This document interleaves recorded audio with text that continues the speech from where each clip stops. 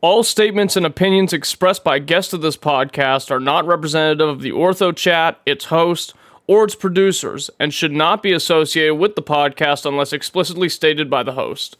You are listening to the Orthochat by Yanni Katsadas.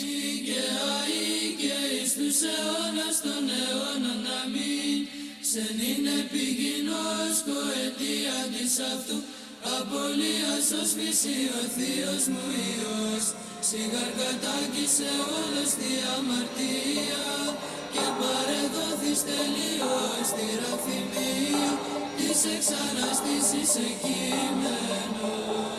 Κύριε Ιησού Χριστέ ελέησον, Κύριε Ιησού Χριστέ ελέησον, Κύριε Ιησού Χριστέ ελέησον, Κύριε Ιησού Χριστέ ελέησον, Κύριε Ιησού Χριστέ ελέησον, Κύριε Ιησού Χριστέ ελέησον, Κύριε Ιησού Χριστέ ελέησον, Κύριε Ιησού Χριστέ ελέησον, Κύριε Ιησού Χριστέ ελέησον, Κύριε Ιησού Χριστέ ελέησον, Κύριε Ιησού Χριστέ ελέησον, Κύριε Ιησού Χριστέ ελέησον, Κύριε Ιησού Χριστέ ελέησον, Κύριε Ιησού Χριστέ ελέησον, Κύριε Ιησού Χριστέ ελέησον, Κύριε Ιησού Χριστέ ελέησον, Κύριε Ιησού Χριστέ ελέησον, Κύριε Ιησού Χριστέ ελέησον. Brothers and sisters in Christ, welcome back to the Orthochat. This is episode 12 with Father George Aquaro. Father, how are you doing? Better than I deserve. How are you? Exactly the same. I'm right there with you. Right on. So what's new? What's going on new in Idaho? What's new with everything? Idaho, we had a last bout of snow a couple days ago, and it's starting to melt off and warm up here. And so glory to God, our mission is doing real well. We had a record 109, 110 people. Oh, wow. So we've just been, yeah, it's all of a sudden in the last 6 months or so, it's just every Sunday got new people wandering in and, looking for God. And it's amazing. Our website probably needs a good facelift or at least an update. And, the building is a rented space. It used to be a Kinko's. And so it's very nondescript. It's not like we're doing like heavy advertising. But people are just rolling in every Sunday. There's new visitors, and so it's a good thing. Yeah. Well, after the show, we could talk about maybe I can help you out with the website. I'm not the best with industrial renovation, but I can work my way around software if you really need the help. So, Well, thank you. So as far as I know, prior to the priesthood, you did a lot of traveling. And I mean, you went to where? Greece, right? And then some of the Nordic countries. Yeah. Let me see. In college, I did one of those semester abroad programs. I was in England, and then I got to backpack around Europe a little bit. Saw some sights. Lived in Japan after I graduated from college. That was an experience. Japan's nice. As I tell people, it keeps with the old saying, it's a nice place to visit, but you wouldn't want to live there. Some people can manage it, but as a gaijin, as a foreigner, it was unique. It was a good growing up experience. And then later on, I ended up in the military. I was stationed in Crete, Greece. And that actually was part of my introduction to the Orthodox Church was there. When I was a kid growing up, we had a fairly large Greek church right down the street from my high school. And and I asked the kids at school, what's going on in your church there? He goes, oh, it's just for Greek people. Did they really say that? No Oh, kidding. yeah, that's all. A lot of these kids that I went to school with, they went to Greek school on Saturday. They had a big Greek school, and they learned how to speak Greek, and they spoke it at home. And their message to me, I was like, what's going on over there? Like, oh, it's for Greeks. It's a Greek thing. I was like, oh, okay. That's not very nice, So, that's what kids are. I mean, children are like that. They, it's the thing that they sort of take for granted. So, getting back to like when I was in Crete, that was where I really started to ask some big questions, and that led me to coming back to the United States and finding out about Orthodoxy, and I says, okay, I need this. Right. So, traveling to all these different places, and meeting all these different kind of people. Well, first I want to ask, which one was your favorite out of all the countries you traveled? That's hard. I really love Romania. Been there several times. Wonderful people. Just beautiful place. I really liked Finland. I think Finland. that's Finland. Yeah, it's a whole country full of extroverts or introverts, rather. I should correct myself. And I'm very introverted at times, and it just seems like one of those wonderful places that you can go and kind of be, left alone. Alone amongst everybody else who's also alone, yeah. Yeah, exactly. That's how Switzerland felt when I went to Switzerland for the first time later last year. Mhm. That was kind of the vibe I got, and it was really peaceful. Things were clean and orderly, and it was nice like that.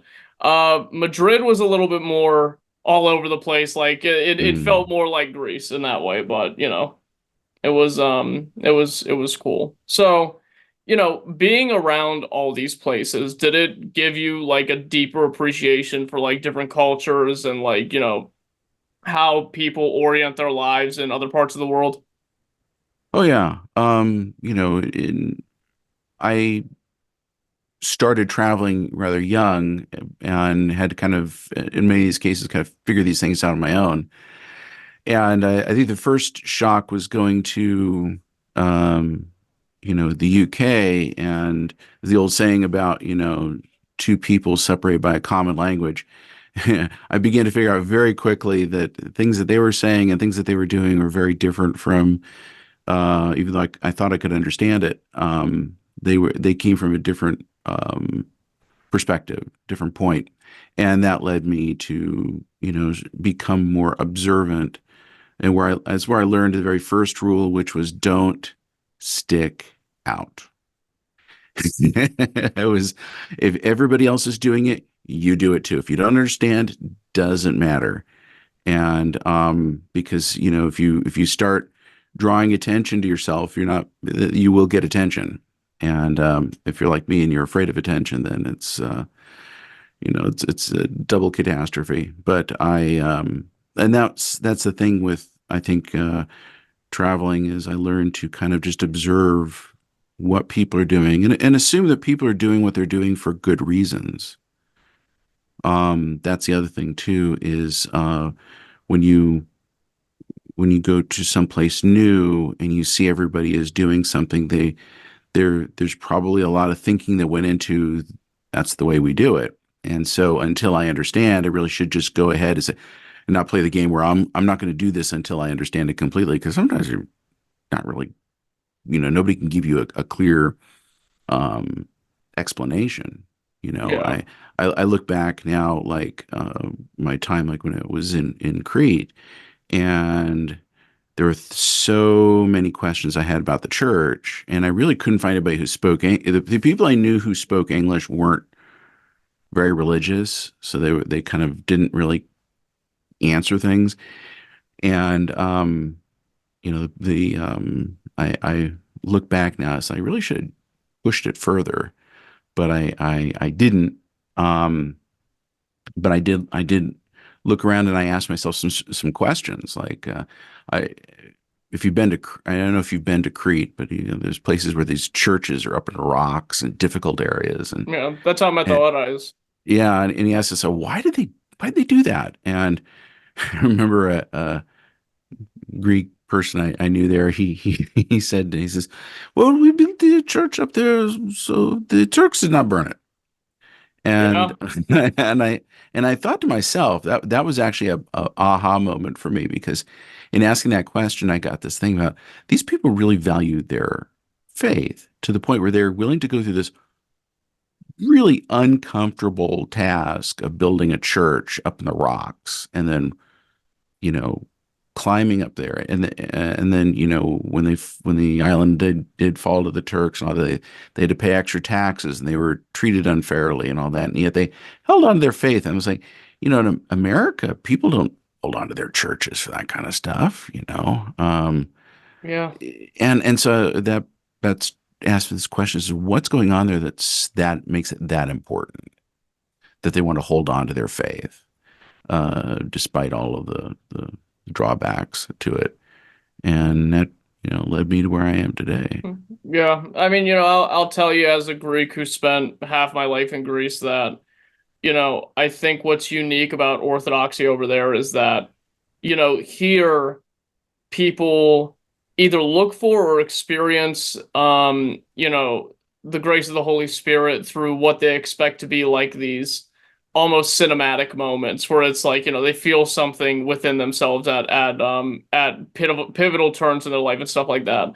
But over there, I feel like culturally we're kind of just used to like, oh, Yaya has cancer or something, God forbid. And everybody prays together, and where the cancer was, it just kind of goes away, and it's like, oh yeah, it happens. Glory be to God, but it's not uncommon for all intents and purposes. So it's like, we're more comfortable and used to getting hit with stuff like that, I would say is maybe where that comes from. But who knows? Who knows? Maybe, Mm-hmm. it definitely happens here as well. I'm not taking the potential for miracles away from people who experience it in the United States, but I'm sure it happens plenty, if not just as much. So, Mm-hmm. yeah.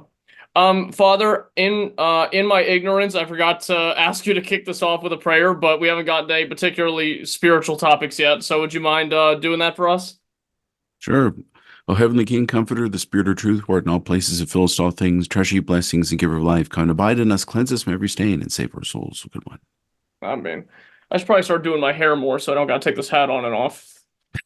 I get a haircut for the first time in like 2.5 years, and I'm wearing a hat constantly on this, so that's kind of doing a disservice to my barber. But um, so experiencing all these different people, places, cultures, traditions, this kind of speaks back to what you were telling me about when you were a young man, and the Greek kids were kind of telling you, oh, the Greek church is just for Greeks, which I disagree wholeheartedly with that sentiment, Mhm. but what do you think are important steps that could be taken to bring people of different cultures and traditions together in a healthy way? Perhaps maybe even specifically in the church.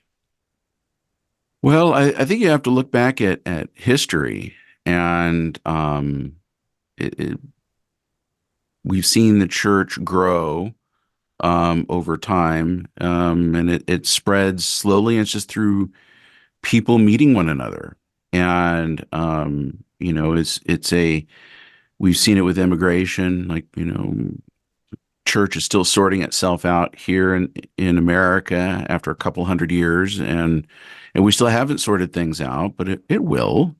I don't think you can force it. I don't think that there's a magical program that you could, oh, we're going to fix all the problems of the church in America here. I've seen several runs at this topic, and it never seems to go anywhere.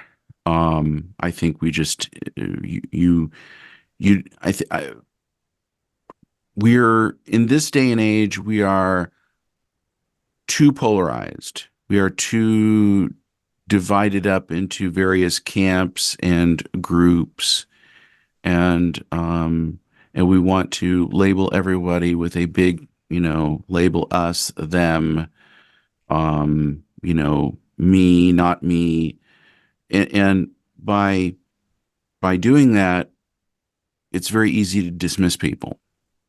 You can look at them and you can make it, jump to conclusions. And I'm as guilty of it as anybody else. It's kind of a necessity in some sense. If you have to sit about and think about every single person that you encounter separately, sometimes it just gets really difficult because there's too many of them. But when it comes to the faith, when it comes to God, it's extremely important to stop and go beyond those labels and those buckets that we tend to throw people into. and Yeah. stop and say, maybe there's something more. Maybe there's something I don't understand. I saw there's an African American gentleman, and he jokes about has a collection of Ku Klux Klan's uniforms, and he's That's an collected interesting them. collection. Yeah, well, it's because he went out and he's made it like his thing. I don't know all the details offhand, but he goes out and he makes friends with these guys, and they learn that he's a human just like them, and he shares so much in common with them, and he gets these guys to come out of the Klan, and that is, I think, how that's real. That's real spiritual work. That's really kind of what God it calls us to do. And so I'm up here in northern Idaho, a very small area. As far as population is concerned, most of the people do not know what Orthodoxy is at all. You want to get some really interesting stares, wear a cassock in town. But you realize that when people can get past that, this is different, this is weird, um, and start to ask questions, you'll discover there's a lot of they discover a lot of things about us that they appreciate. Um, and we learn to also it could be it's very easy when you become Orthodox to be kind of an elitist. I have the true faith and you don't. They start barking down at people. Yeah. Yeah, and it's like so disappointing when people start doing that because these people are out there, they are different and all that, but they have the same needs. We're all human beings. We have the same deep down below. Every culture and the differences of cultures are meet how we meet needs. Our need to be loved, to belong, to fit in, to work with others. What are your and this is with like what's happened in America right now. There's such an attack on like fundamentals of like behavior. Like, you go somewhere and you open the door. If you're a man, do you open the door for a woman who's coming behind you or not? And some it used to be that used to be the rule, and then now it's not supposed to, but some expect it. And if you don't do it, they'll call you rude. And if you do it, they'll call you Rude. rude. Yeah. So it's like, and you got to kind of play the game very carefully. We were Well, no, talking. Yeah. Go ahead. Tell me. well, and now what I just do is say, okay, I'm going to just do whatever I'm going to do, and if they take exception to it, um, too bad. This is in my culture, in my world, and what I'm doing. This is the way I show you respect, and if you don't like my respect, I can also find a way to disrespect you, I suppose. I'm really good at that too. Yeah. So, Yeah, yesterday we were on the chat with your episode's gonna come out later than his, but it's like we were on the Ortho chat with Father David Hovick, who told me he was a friend of yours, and hmm something we were talking about, the way he kind of runs his ministry is how he kind of not comes down to people's level, but meets people where they are on a very human and conversational level where, a lot of the ministry work he does at a diner.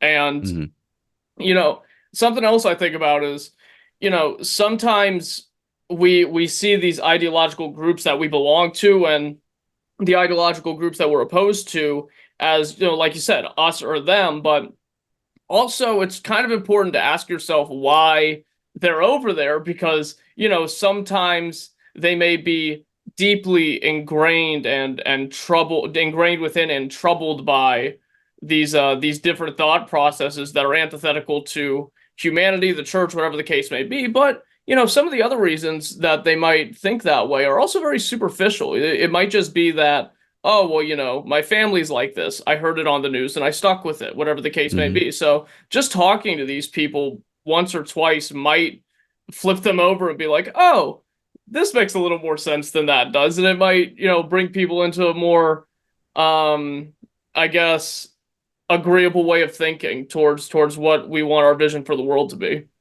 Yeah, you know, it, one thing that as I've gotten older, I realize is that I don't know as much as I used to. And by That's that was true when I for was me every younger. day. And I was young, I thought I knew everything. And now, like in our community, for example, the general vicinity, there's a very large evangelical Protestant um, presence. And I didn't grow up in American Christianity. It's all weird to me. It's all very weird. And I don't know how they have a lingo. They have a way of talking. I Grace, the remember when I spirit, was the way, things of this. just even the phrases that they use, the way that they categorize things, but even just like tone. I remember somebody who did come from that background, and we were talking. They began to talk about Billy Graham, and this person was very reverential towards Billy Graham, and I said, I heard him before. It's creepy. And they're like, what? What? You know? And I just, yeah, I always found Billy Graham to be really disquietingly creepy. And so like nowadays, I've got people in my community who've converted out of the evangelicalism. And when I start talking to people who are coming in from that now, I bring them in as like translators, like come here, come sit and talk with us, and have like kind of a group discussion because they came out of that and they understand it, and I don't, but I know where to find answers, and that's what I feel like is a uh, when I assume that I know everything that a person is saying, I know that I'm probably way off. Um, because we have our own like meta cultural things that we say and we do and all that. But then we also have our own little personal language. And you take your personal stuff and you peep the cultural stuff and all that, and it can get um sometimes people I think they're saying one thing there, and it turns out later on they were saying something completely different, and I didn't pick up on it because I assumed. Yeah, I think that's a really interesting intersection between, I guess, anthropology or sociology and theology, where, you know, in the same way that an Orthodox Christian talking to an evangelical might, you guys might be coming from two completely different places. That might be the same for like a Greek Orthodox Christian or a Russian Orthodox Christian or a Serb or an American Orthodox Christian, whatever the case may be. And there's bridges there that can only really be built through time and conversation, I think. Hmm. And I think that's why people who are blessed with the gift of tongues are particularly lucky, to where like even Jesus Christ from and correct me if I'm wrong, but when he spoke, anybody who spoke a different language would be able to understand him. And that probably also came with the conversational nuances so that they can understand what he was talking about within the context of their growth and experience, I think. And so that's, God willingly, we can kind of learn our way around each other so we can come together in a more meaningful way. So, but you've done your own kind of transformation yourself, going from not being a priest to being a priest. So what was it like when you had your calling to the priesthood? And did you like accept it immediately, or did you like, think it was, oh, maybe this isn't what I'm supposed to be doing, and then you went over to it, or what was that whole experience like? Oh, um, it was, how do I put this? There are people who have like these moments where clouds part and light shines down, and they just know this is what they're supposed to do, and I really didn't have that. I had um it was a kind of a gradual thing that I didn't even realize was happening until it was much further along than I had expected. When I started going to an Orthodox parish in America, at the time I was working actually at a Protestant school, and I was taking some classes there, and I wanted to learn like Christian history, because I had questions from my experience in Greece, and then I encountered there an Orthodox priest who was teaching biblical Greek. And so I said, oh, I got to learn about what this church is all about. And he gave me some books, and I read it. I said, oh my goodness, this is what I've been looking for. And then the parish priest in the parish I was going to, he says, well, when you go to seminary, and I'm like, me? Well, yeah, you're gonna go to seminary, aren't you? Just got here. Um, and so, few months went by, and the auxiliary bishop came for a visit, and I was introduced to him, and I kissed his hand. And he says, "Okay, you're going to go to seminary." And who, me? Um, yeah, you. And so it was kind of something I was told, this is what you're going to do. And here I am, kind of an introvert and socially awkward. Um, and no previous pastoral experience, whatnot. All of a sudden, it's just there. Everybody's telling me I'm going to seminary, and so I went to seminary, and the bishop just kept saying, "Okay, well, you're going to come back here and you're going to serve." Okay, I guess I'm doing this, and it's been like that, and I've because I didn't have that big emotional thunderclap, things like that. Um, there's been, times where ask myself, says, well, should I be doing this? Because, when you want to find out your flaws, become a priest, because everybody will tell you about your flaws. And so people would criticize me, and you're doing this wrong, you're doing that wrong, and you're a terrible priest. Okay. Um, and then I've asked myself, should I be doing this at all? Because the cassock comes off the same way it went on, and but there was uh, I had I did have a spiritual conversation with a Yarandisa, and she's the abbess of a convent, and she says, "Well, who will fight the demons?" And I don't know. I guess that she's talking about me. And so that was, I, I never had anybody who had spiritual authority who had told me, you really should consider a career in taxi driving.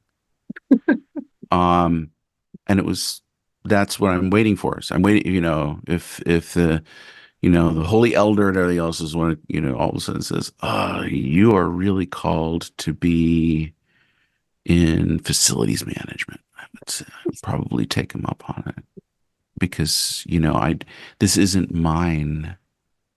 It doesn't belong to me. It all belongs to God, and he gave it to me. And I don't know if it stays on forever, because I've lost a lot of friends along the way. A lot of guys I went to seminary with aren't priests anymore. Hmm. And that happens here in America a lot. Because it's very hard. It's very, very hard to be in ministry here. You talk about Father David Hovig, my dear neighbor, 7 hours away. Um, I've got to drive an hour and a half to go to confession. That's the closest priest I can find.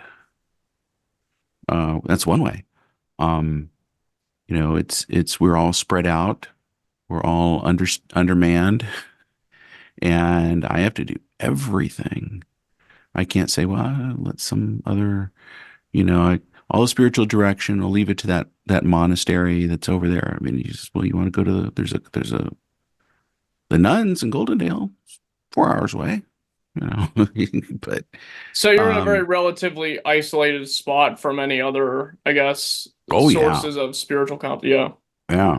Just it's just like, and I'm not the only one, so I'm not like saying, oh, for me. There's a lot. There's guys that are even further way out in the middle of nowheres, and so you, I'm stuck doing everything. I have to work to pay my bills, and I've got trying to keep parish going, And so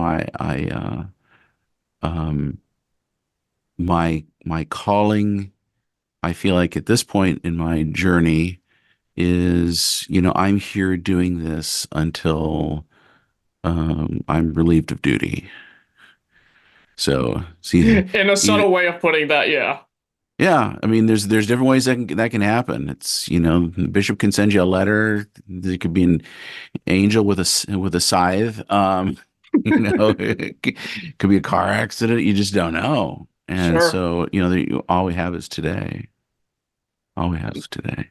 Absolutely.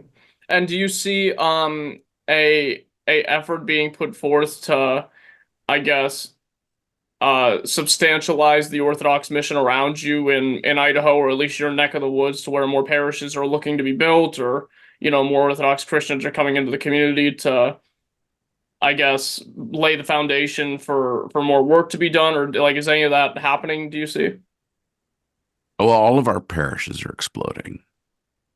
I mean, they're just, you go up north of us to like Post Falls, Coeur d'Alene, Spokane, churches are full.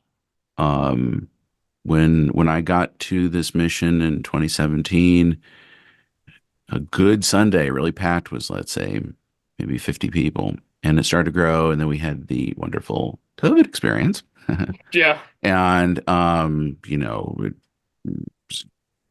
divide the community, and everybody was pointing fingers at everybody else. There was lots of drama and all of that, and it kind of got through, and that really stunted us for a few years. And as I said, last year, 6 months especially, has just been picking up speed, and people are watching the other churches implode. And I mean, when I mean implode, I mean implode. So people are looking for something that is real. They're looking for something that is more than simply, well, I just do this Christian thing on Sunday to get my passport stamped so I can go to heaven. Which is like when most Americans, when they think of like, it's golly, it's all becoming kind of like folk religion. People just go to church because that's what we do. Yeah. There isn't any kind of a deeper sense of the need for God. As well, it's kind of nice to have God, but it's really nice is to have, like, go to an Easter service, but maybe not on Easter because I'm kind of busy. It's like with they were closing churches down at Christmas. Not Orthodox churches, God forbid. But I remember like when I was down in Los Angeles, big local, mega church and all that. Yeah, we're closing on Christmas, because they didn't want to pay their staff overtime. Like, That's ouch. terrible. No, yeah. Yeah. I shouldn't laugh Well, about it, but it was funny. yeah, it happens. It's I see accounts and hear stories about the Orthodox Church in America kind of expanding in this very meaningful way. And, however much that has to do with the decline of other denominations or religions, or, people just, the Holy Spirit coming through people and just being like, you know what, keep searching, or whatever the case may be, I'm happy that everyone involved in the ministry of the church is getting a lot busier. That is a net blessing, Hmm. in the best way I can put that. I'll give you a story about how God works things out. Um, this is, oh golly, it's got to be close to 20 some odd years ago. Knew this couple down in LA, and my wife and I were still late. I was still a layman, and we hung out with them. They had a couple little teeny kids, and then I went off to seminary, and they went their own direction, and this and that. And so about a month ago, this couple shows up, and this young lady who's there and is like in her 20s, and I'm looking at her, and it's like, I try not to be creepy, but I keep staring at her. I'm like, there's something about you. And like it was really bothering me because I try not to do that because it's creepy. And so I was like, wow, what's going on? And then it turned out like in talking to her, eventually figured out it was this little girl that I knew from all those years ago. And, her there was issues and things like that. And she left the church and she moved around and then ended up in Washington State. And now she's like engaged and she wants to get back into her faith and everything else. And she walks into my church. And it was like, wow. Um, and I've had other experience. That isn't the only experience I've had where people who've come back to the church, and that's really awesome, because I know so many parents, they really sweat it when their kids like hit their college age. Of course, we pound on our kids. Did you do your homework? Did you do your homework? How are your grades? And this, I don't ask them. How many parents ask it? So, Yanni, how's your prayer life? Most parents don't do that. Most parents, it's like, you got a B minus in algebra. You need to like crack Straighten up. down. Yeah, we're gonna take that. We're gonna take that video card out of your computer. If you don't get back to studying and get those grades up. We mash our kids on that kind of stuff, and we tend not to emphasize things. And so they take that message and they go out in the world and they get out into the world and they have a good time for a while. And then it starts not being a good time, or they start getting into serious stuff like getting married, having children, getting on with their life. If I'm going to bring children into this world, what am I going to do with them? And all of a sudden they need grown up answers. And what I find to be really heartening is when a lot of those people, when they start looking for the grown up answers, they come back to us. I was like, thank God. Thank God Thank we're doing God. something right. I hear plenty of stories like that, and yeah, maybe another part of it is, like you just said, parents are droning on their kids about, your grades, did you get your driver's license yet? Where you're going to school, how's school going, whatever. And, when they fulfill all of the things that prior to their adult lives, their parents were getting on their case about, and they eventually fulfill all those things, they still might feel something missing within them. And Hmm. that might also be another factor as to why they're coming back to the church. And thank God things work out that way, because I'm a firm believer. And Yerunda Frem, during my time with him in his earthly life, he kind of taught this lesson when I was around. And God gives everybody a million chances throughout their life to come back to him. And God keeps people alive long enough to work out their salvation, which is which we're lucky for. I'll say that much. Hmm. We're lucky that God gives us that opportunity. But kind of rotating the clock back, I wanted you to talk about some of the experiences you had in seminary and what positive experiences you had there that kind of still stick with you. What was it all like for you? Um, Seminary was an expansive experience because I had been just in my parish and in the, parishes immediately around Southern California. And so switching coasts and seeing how the other half lives, was really important because, the dangers, we could become very parochial. I think that only this is why when people say, "Oh, should I go to seminary?" I'm just like, absolutely. Well, I'm gonna have to learn a lot of stuff. Not really. You're gonna learn some stuff, but what you're really gonna learn is that there's different ways of doing stuff, and one of them isn't necessary. One is not the right way, and the other the wrong way. And there can be two right ways, and there could be two wrong ways. Um, but to go and get some broader experience of the church, because you will, if you're doing it right, you have people coming in, and you're going to have people moving into your area from somewhere else. And if you don't know where they're coming from, you're going to have a harder time ministering to them than because you'll see people do, different things in different places. And, one of the things that I remember, we had a student whose English was like not his native language. He had a couple of other languages in front of it.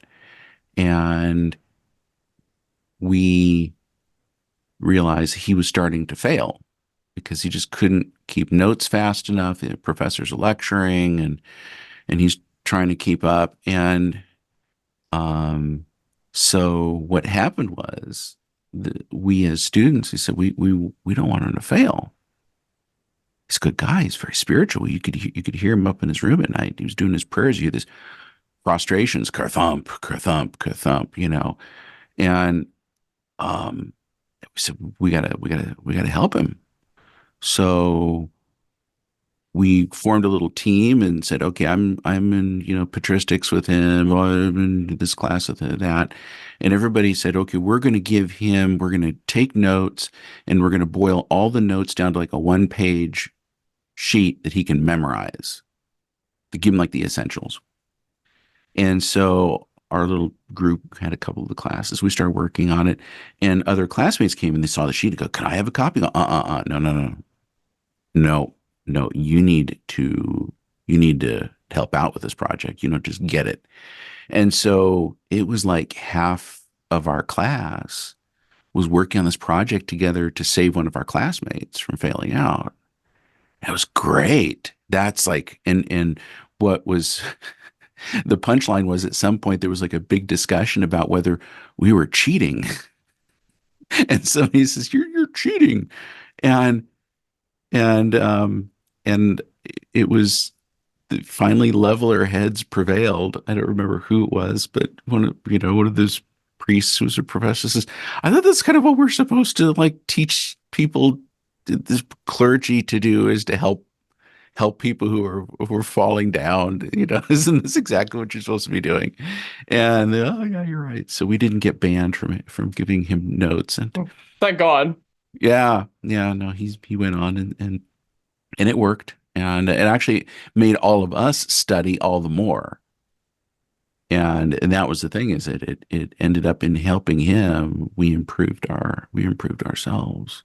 And that was, I think, one of the most important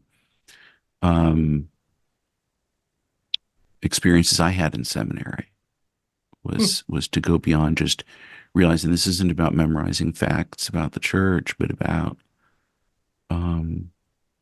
loving one another and helping one another. For sure. And I'm also a believer that God gives people to other people for the benefit of both of their spiritual growth and salvation. So it's kind of funny how that worked out that way. So, Indeed.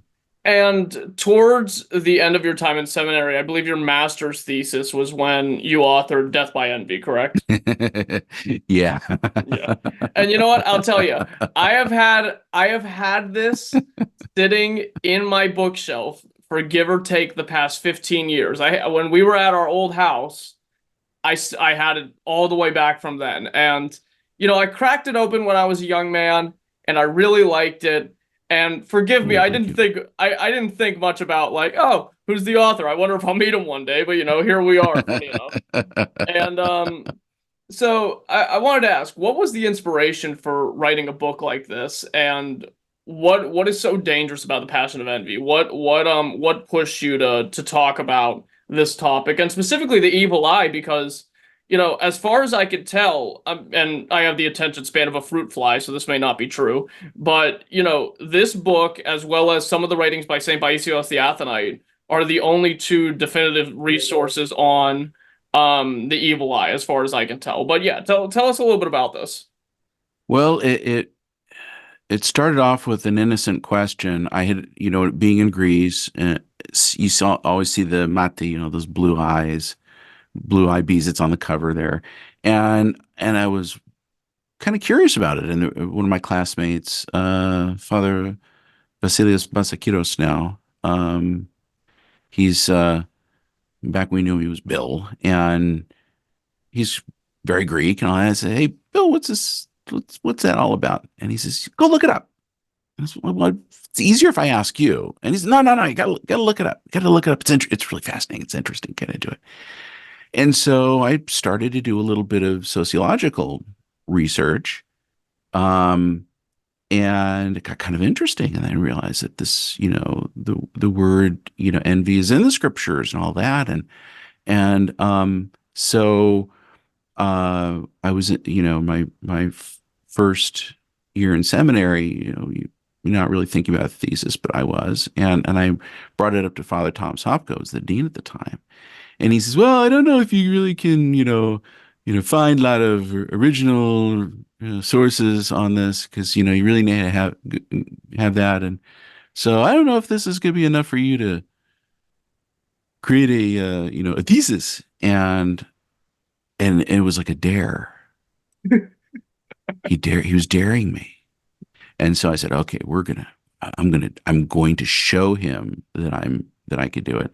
And so I just lived in the library and was doing interlibrary loan stuff. And the librarians are getting, articles sent to me. This is all kind of pre advanced internet. It probably would have Now, been easier if you did this now. So yeah. oh yeah, totally. Now you can get all the Nicene Fathers on a CD, and there it's in PDF and searchable. But I started to, just do all of this research, and so I came back to Hopko a month later, and I had like a big wood cardboard file box full of like journal articles and books and stuff like that. And he says, "Well, I guess you do it." And so my first version of it is actually what that book is, and it was like a 153-page manuscript. And Hop goes like, "I'm not reading that," and so he made me shorten it considerably. So the actual one that I turned in was considerably shorter, but then I took all the rest of the materials and I put them into that book, and my father gave me a couple $100 to have it self-published, and That's pretty off good. it I went. mean, it got knocked down to like 103, but that's still plenty. It's still quite substantial on the subject, and I'm really happy it ended up coming out. But if you have to sum up, I guess, your thoughts in the book, if you can, what did you learn during the process of researching for it? What stuck with you thematically in the creation of it? There was a couple of things. One is one of the authors that I read said something very interesting about envy. He said it was the only emotion that had no positive corresponding value. There's other emotions that you can have that, right, like anger. Anger can be righteous. Anger can be unrighteous. Desire, even like jealousy. God is a jealous God, but envy, there's there's no there's no positive version of envy. And you would make a Because distinction between jealousy and envy. oh yeah, that's clear. We as English speakers, we confuse the two. In Because envy isn't just that you want what somebody else has, it's that you hate them for having it and you want to destroy them. Hmm. And so this is where and that's where you kind of then you see in the scriptures, why do the Pharisees turn Jesus over to be crucified? Well, Pilate is the one who sees it out of envy. They hate him. They hate him for what? For being good. Um, and this is the thing, that hatred is so profound that hatred of can lead to the man's attempt to murder God. Wow. Yeah, you all of a sudden you realize, oh, this is what the kind of foundational story of it all is, that the Pharisees hate God And because they want to be him. They want to be him. And then you go back to the garden and what's going on with the serpent and all that. What is this battle? And this battle is that we see what someone else has that is good. We see what is good and we hate the other person for having it. And so that was what I kind of learned. And I think that was one of the reasons why there was actually so little written on it. But the last major treatise on envy and the evil eye was Saint Basil the Great. And I think it didn't. Nobody else really had to write about it because everybody else kind of like, well, it's obvious this is really really bad. Um, and it's only now kind of in the modern era where we don't th- we don't think about it very clearly, and so we confuse jealousy and envy. And but it was a really it was an eye-opening experience to go through that realization of how powerful it is that we will often, we as Christians will envy um without thinking of it as such because we're good people. I'm a good person. I ever heard that one? I'm a good person. It's like, no, you're not. It's And the I'm one not. way to know that somebody But isn't. yeah, but yeah, and it's like, yeah, I'm a good person, but they'll look at somebody else who's bad and they hate him, and it's like, why do you hate that person? Because they're a sinner. Why do you hate What them? what are But you then? and then you go, and then well, what it comes down to is they get to go out there. Those sinners get to go out there and have fun, and I don't. And I'm here, and I'm being Ah. good, and I hate being good. And these people are out there, and they're getting away with it, and I'm really ticked that they're getting away with it. And um, that's where it becomes they envy, they envy the wicked because the wicked appear to be free. The wicked aren't worried about breaking God's law or keeping his rules. And so we hate these other people because they're not stuck here with us suffering. Think about that. Think about how much we hate other people just because they're free. Well, they appear to be free now. We all know that it doesn't last for very long. Yeah, what kind of freedom is, slavery to Sure. sin, but Sure. But think about it for a moment. It says, well, why would I be that enraged with these? Now I can understand you're enraged with, let's say, people who are, I don't know, destroying children by trying to reverse their sex and or murderers. I can understand that. But a lot of times we get angry at people just because, they do dumb things with their hair. Or they get 40,000 piercings and can't get through a metal detector. Um, it's like, why are you so upset about that? Because they're getting away with it. Yeah, God's gonna cut you down. That's what Prophet Johnny Cash said. Prophet Johnny. Well, come on, guys. Oh, I mean, well, up here in northern Idaho, Johnny Cash is considered a minor prophet. His book's right there before Enoch. So there's a back. I learned a little fun fact about Johnny Cash. I saw this on Twitter. I don't know how true it is, but Father Peter Gilchrist was the ghostwriter for his biography, I guess. I wasn't aware of that until like a couple of days ago. Well, this all we all have secret lives. Hmm. Exactly. Even us Orthodox priests have secret lives. Hopefully they're just not sinful when they're secret. But it's Yeah. funny. And I think that's a really important thing for people to confront because it's kind of a roadblock that you run into, especially young people that you want to come into the church but just don't really have the give for it, which is like, you look at somebody living in the world per se, right? You look at somebody that's out partying, drinking, girlfriends, whatever the case may be, whatever you do when you're in your late adolescence to right before you hit 30 for a lot of young people in the West. And you look at them say, hey, you should come to church, you should, devote your life to God, you should be a participant in the sacramental life. And they kind of come at you with this thing where it's like, okay, but why? Why should I do that? What does that do for me? What need does this fulfill?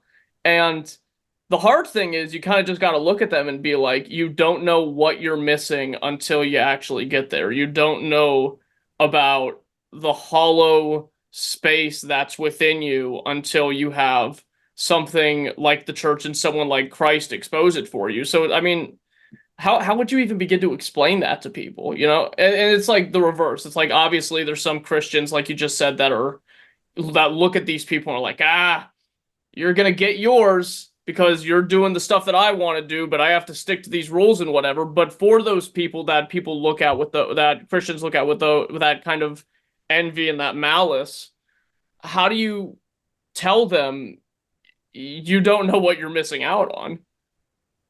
Yeah, well, because you can't tell people that. I mean, the only thing that you can do is be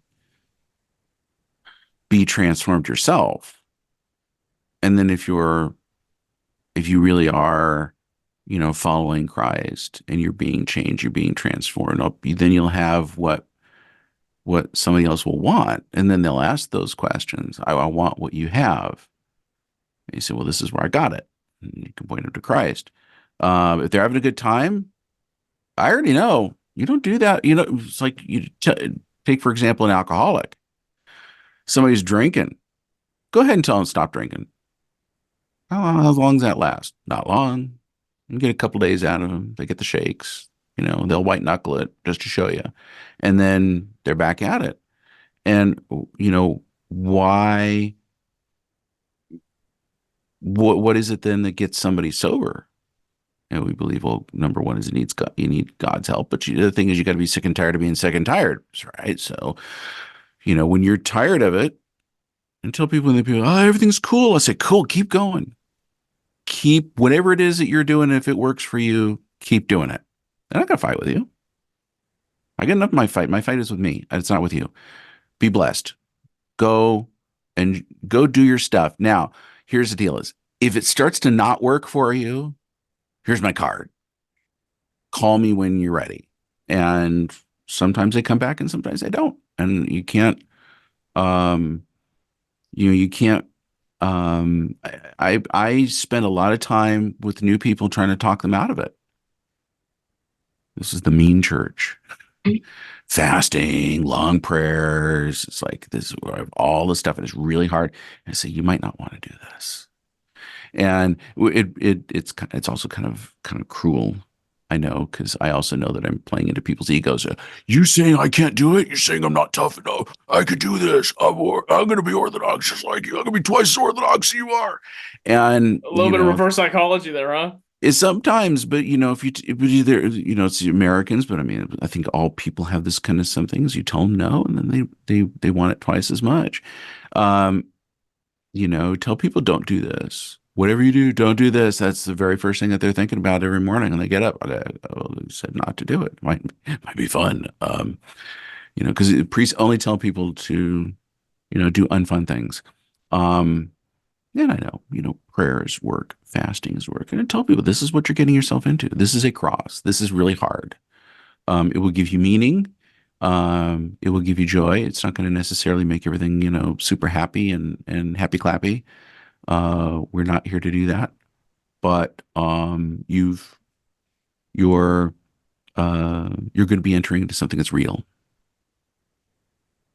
and it's going to be hard, very hard, but it will be real, and you will come and you will through it, and you will see things, and you'll experience things, and you will have a strength to go through hardships, but you will not despair. And that, if you want that, if you want the easy stuff, down the street, there's easy stuff. There's a bar, there's a restaurant, there's a McDonald's, which isn't a restaurant. Well, it is a restaurant, but it isn't. Going go to fill up. going to McDonald's isn't always a sin. Sometimes it is, but too much McDonald's is a sin for sure. Yeah, sometimes you need that emergency fish sandwich. Yeah. So they never have a vegan option. In Greece, sometimes they do. Well, Really? Oh yeah, Oh during wow.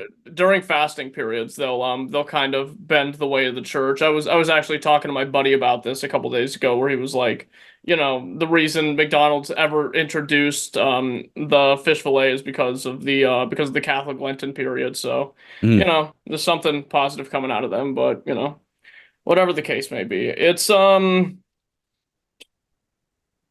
It's really strange trying to, work that all out within other people and bring them into the life of the church. But I feel like some of the only people that will ever meaningfully recognize the distinction of being without and being with Christ are the people that have gone to the depths of both sides. They understand something, I mhm, believe, that is very unique. Like Saint John the Long Suffering, Saint Mary of Egypt, Saint Moses the Ethiopian, people that, you know, I guess have either found themselves in the depths of sins or lived their life by the name of sin and then did a complete 180 into the heights of sanctity, and mhm. that's what's so unique about them, I believe. So, I think those might be the primary intercessors for those who live very worldly and then later on rejected. But,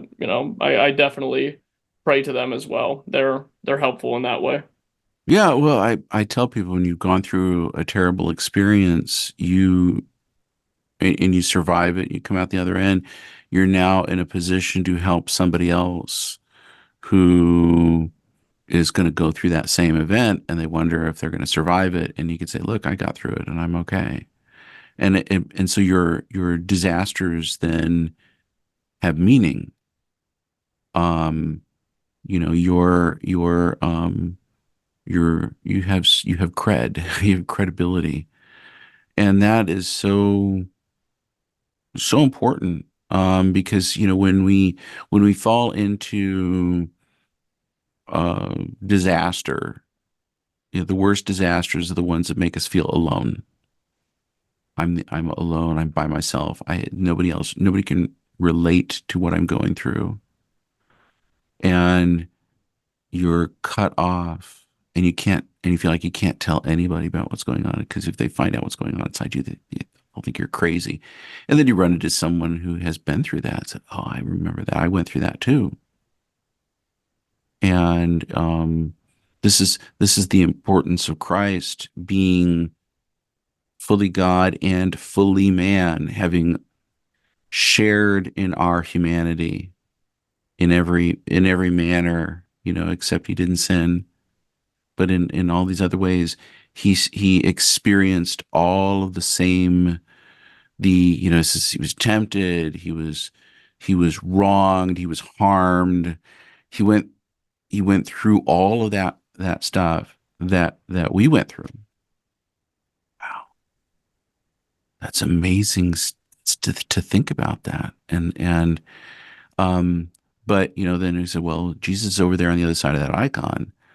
What about, I can pray, I'm not going to hear a voice, but the voice of God will come to you through one of your brethren, but it's one of those brethren who suffered. That's the only one that you really listen to. Um, I met a guy who was a former prisoner, covered in tattoos, scarred up, missing half his teeth. Really, you look at the guy, it's like you'd think that he'd just eat you alive, up until he opened his mouth, and he was just one of the most gentle, kind people and all that. But you see, from all those years of being in prison and doing wrong and everything else, and then repenting of it and coming out of it, he had this amazing gift. And they said he could take the hardest people around, and he could talk to them, and he knew what they were going through. And he was working with like um, kids who were in gangs, and they come in. I ain't going to talk to that guy, and they come out of the meetings with them crying and everything else because he was able to get to him, not by threatening him or anything else, but by saying, I've been where you're at. I know what that's like, and you don't have to suffer there. You don't have to be alone." And that's what I hope for with people coming into the church. Is I think that loneliness is um such a theme right now. People are lonely. They they don't want just to appease God. I mean, some do. Some just, well, I just want to appease God to get my stuff. But I think so many more are they're searching for a cure, a key maybe that unlocks this jail inside that they're locked up in. They're locked up with their fears and their anguish and their anger and their resentments and all of this stuff. And on the it's very familiar to them, so they hold on to it, but at the same time they're holding on to something that's stabbing them in the heart. And it goes back and forth, back and forth, back and forth. And the church gives them Christ. Christ dwells within. So you don't have to be alone anymore. And you can encounter other people who in the church are struggling like you are. And that's that strength. That's the importance. Like, why should I go to church on Sunday? It's just because you're going to meet other people who are like you. And you won't have to be alone. You don't have to suffer alone. But, if you don't get to the suffering part, and that's what most people do, is they run from their suffering. So they run from their suffering and they go to drugs, they go to alcohol, they go You have to confront it. pornography, sex, or they find something to kind of medicate it. So, and that's why we go to Lent and we like take everything away. It's like, but I need my cheeseburger so that I can be holy. Because when I have my cheeseburger, I'm all happy inside, and then I can forgive anybody. Take away the cheeseburger, also all this stuff comes out, and I'm like, wow, what's happening here? And what's happening here is that I've been feeding a monster inside, and I've been throwing it all this stuff, and it's been growing, but I'm not dealing with it. But I need to deal with it. So when people figure out that they can't deal with it on their own, they're honest enough, and they come to the church. We help them get free, one day at a time, small steps. One day at a time. I'm still not there. I'm still working on it. I am. I don't think No. I ever will be, but God willingly. Yeah. And that's something Yeah. else I wanted to ask. It's like, as we approach the Lenten period, a lot of Orthodox Christians that are in the most charitable way I could say this, more legalistic than they should be, look at taking things away.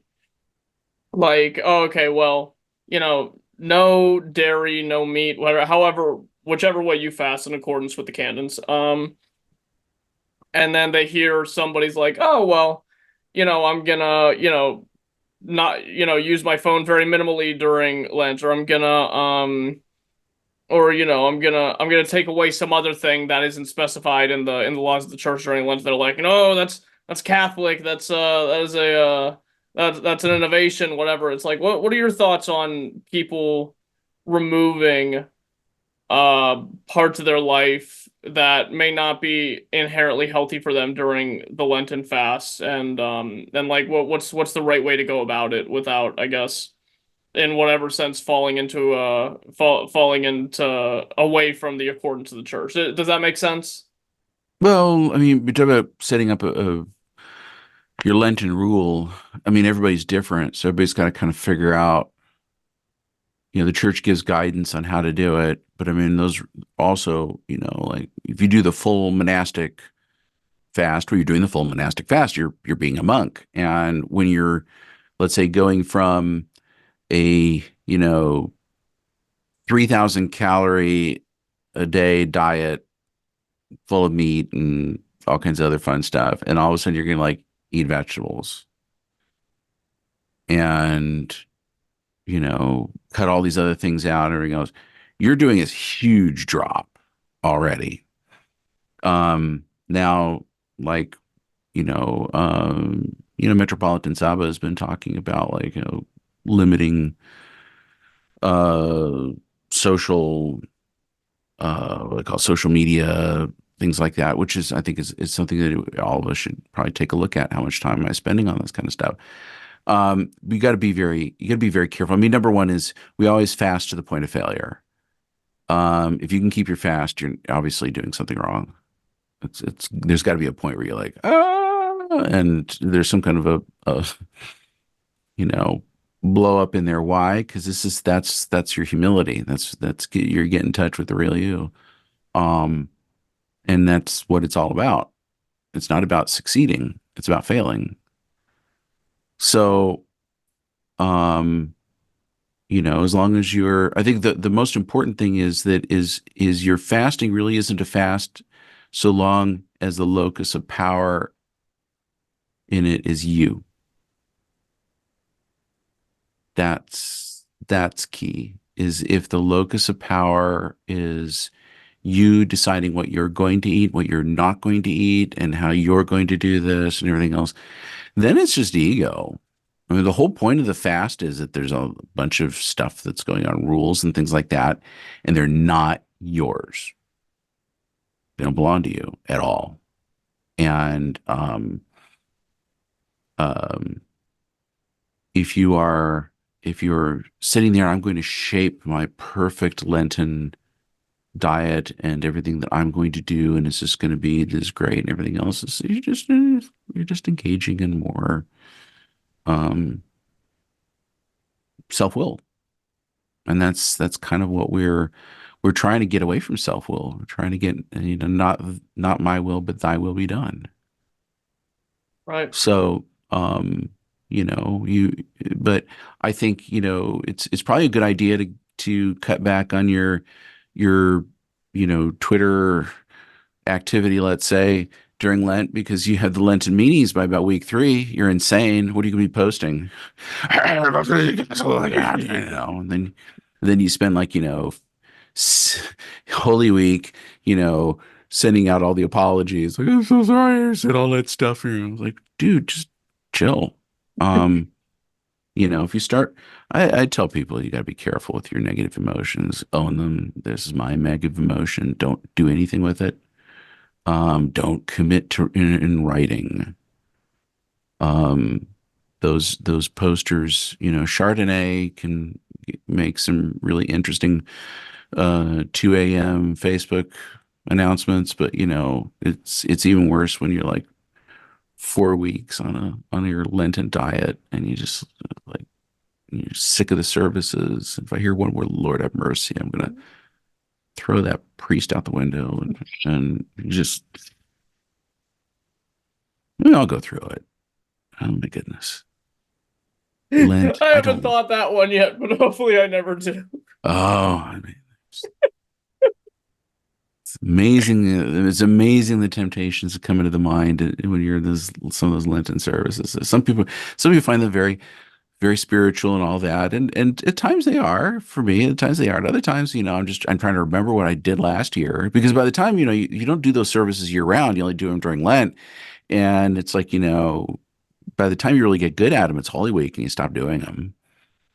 And I've done how many 21, 22 Holy Weeks, the only it's gotten a little bit easier, yeah, but you still got to remember all the stuff, and so you spend half the services trying to think about like what do we do next, and look ahead in the book, and I can't see there's not enough light. I remember one time I says got a bright idea. I says I'm going to get one of those little red lights, because it doesn't kill your night vision.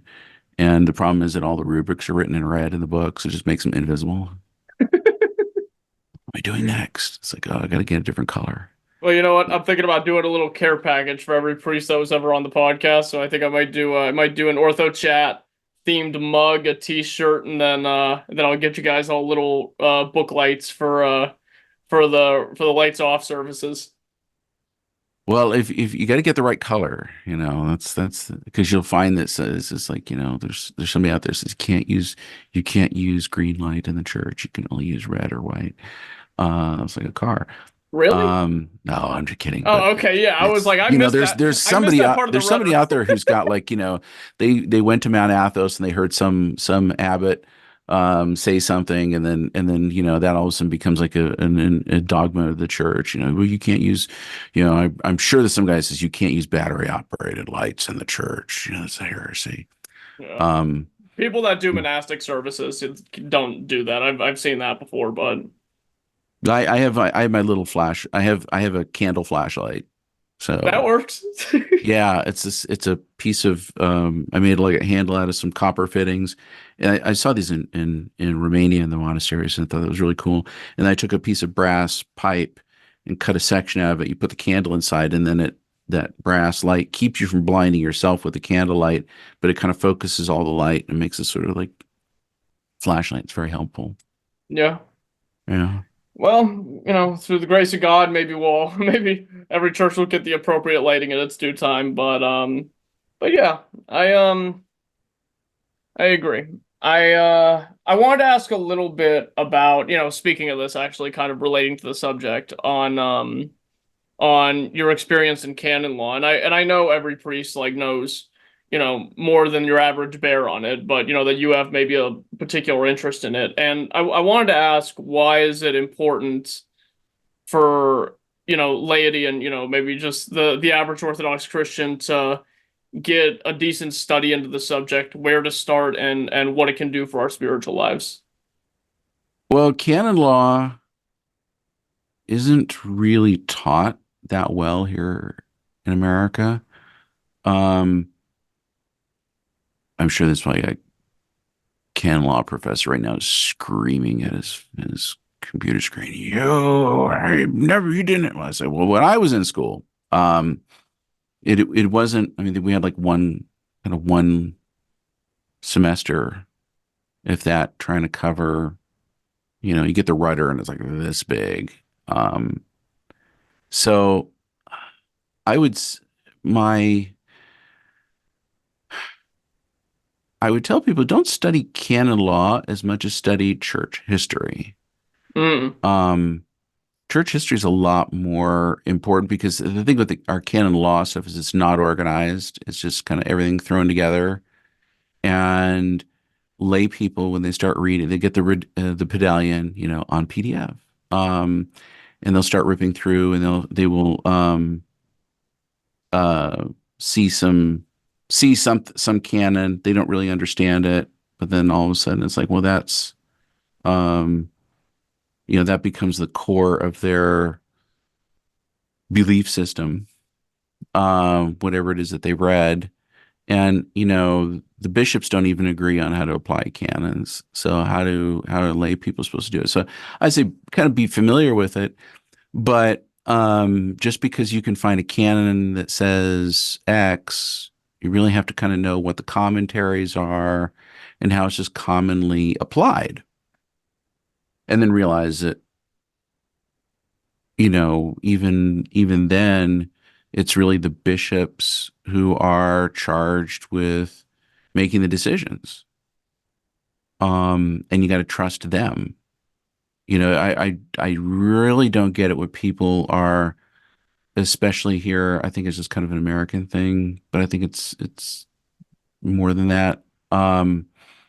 Is the distrust for the bishops over the canons and enforcing the canons and interpreting the canons.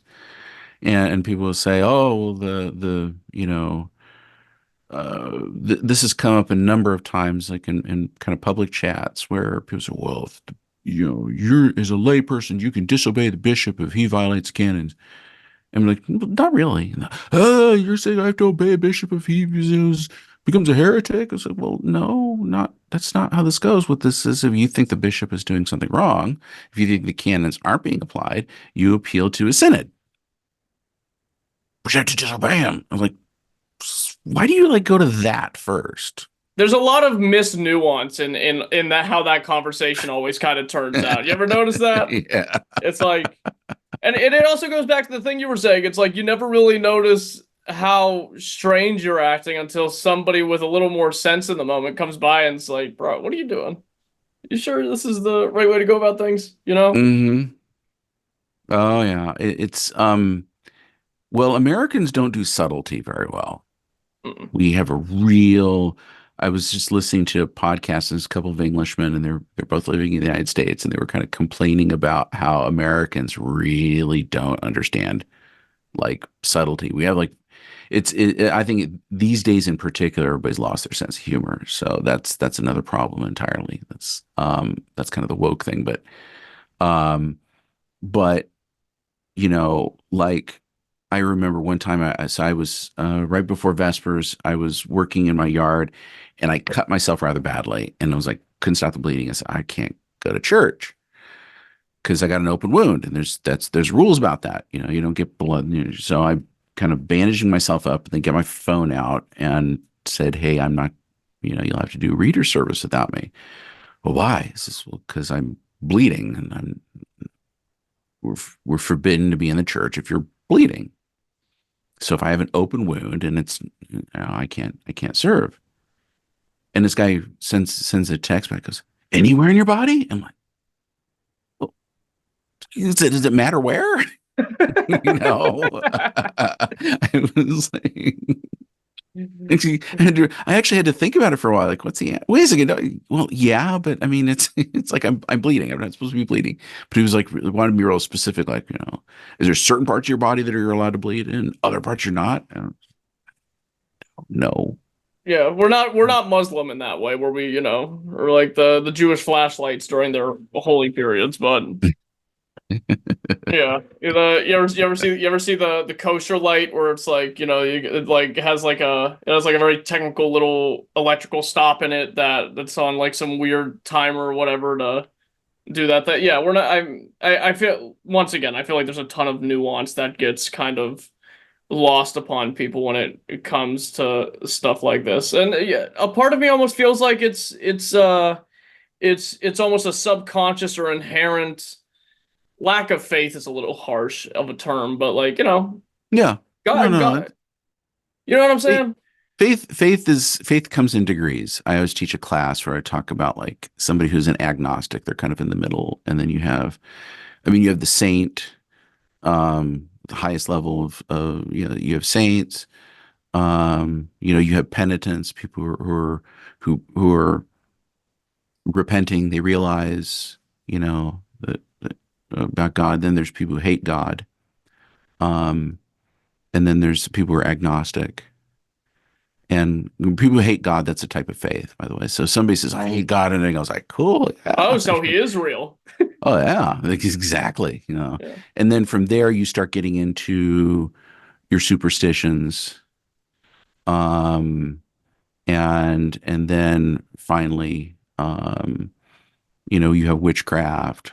And then the kind of the very bottom is the actual atheist who just does not believe in God. But this is very rare, very, very rare. It's like a unicorn. A lot of people force it on themselves. They want to not believe in God, even though like everything in their bones is telling them to do so. You ever see that? Oh yeah. Well, they're just angry. That if you have any kind of anger and it involves God, you have a type of faith, and it's actually a very strong one. This is why, like, whenever, like you see like Russia during the Russian Revolution, and 1914, everybody was in church, standing through long services, Господи помилуй. And then a couple years later, same people burning their church down, tearing the bells out, desecrating the icons. And like, what is that all about? And it's the same thing like when a couple breaks up, they go into the anger mode and like, cutting her picture on her face out on all the pictures and stuff like that. And it's just because it's a type of it's a when you hate God, it's a type of faith in him. He's important enough to have faith in. You don't get angry at the tooth fairy for not leaving a quarter under your pillow for that tooth you left there. If you don't believe there's a tooth fairy, can't be angry at the tooth fairy if you don't believe the tooth fairy exists. So they believe that God exists. They just don't like him. Because why? Because usually he's spoiling your fun. And so this is the kind of the weird stuff with all the Church of Satan or whatnot. We don't believe in Satan, but we like use the image and Yeah, but that's things like legalistic that. It's like, jargon. Of course they do. it's because then they say, well, a Satan for us represents, and then they list all the stuff that we, except for creator, they list all the stuff that is good.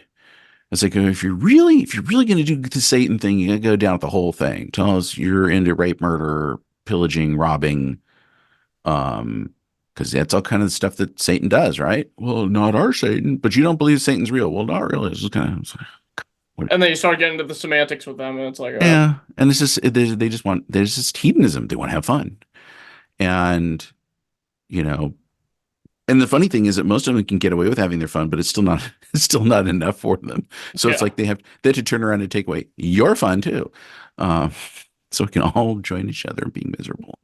Yeah, no kidding.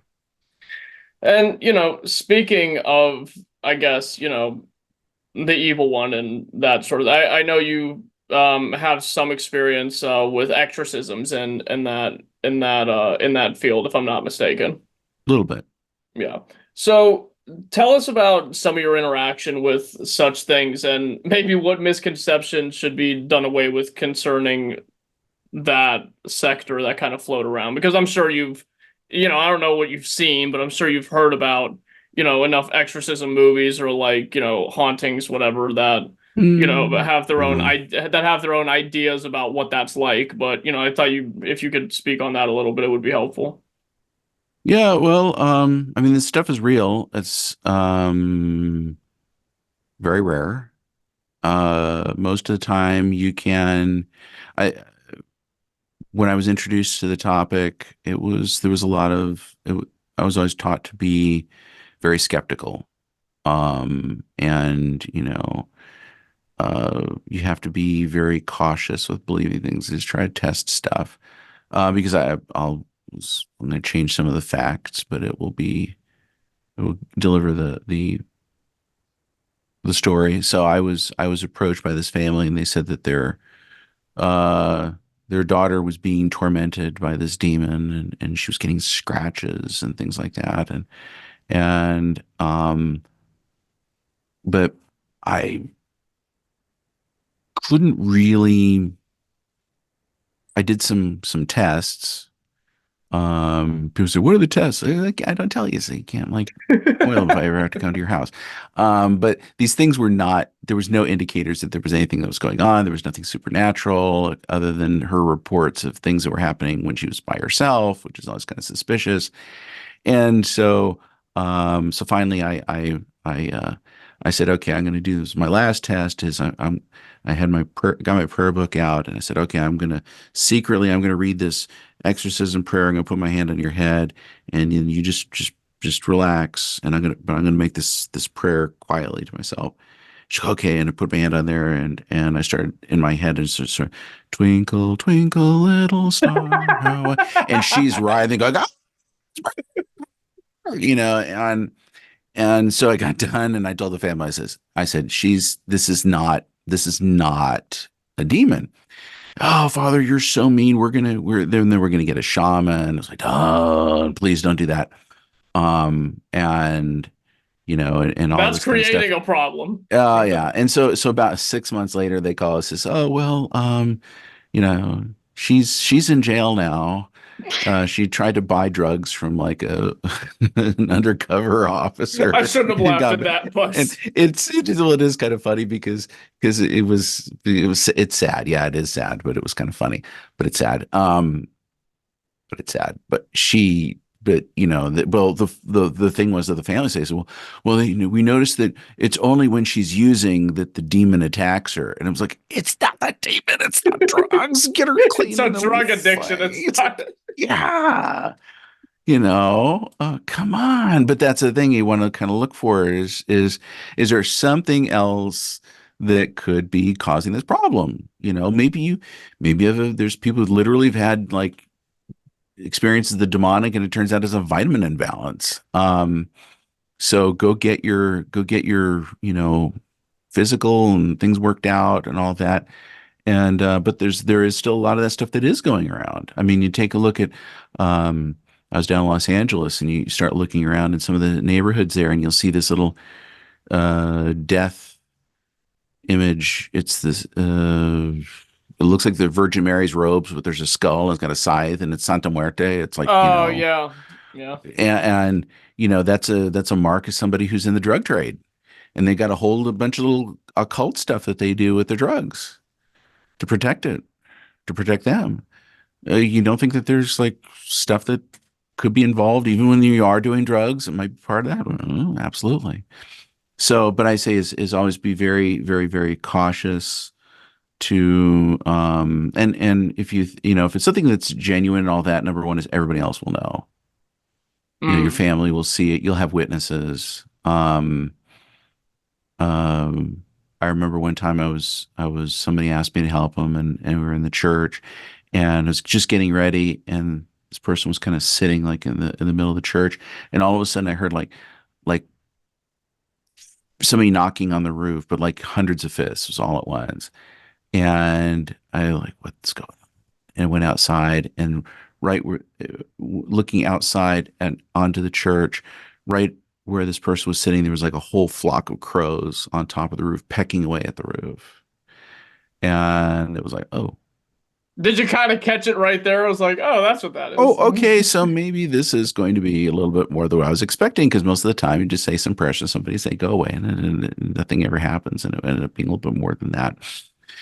But, um, when there's things that happen like that, then okay, we're dealing with something serious. There's something serious that is going on. But you try to rule as many things out as possible first. With the exorcism being the absolute last resort.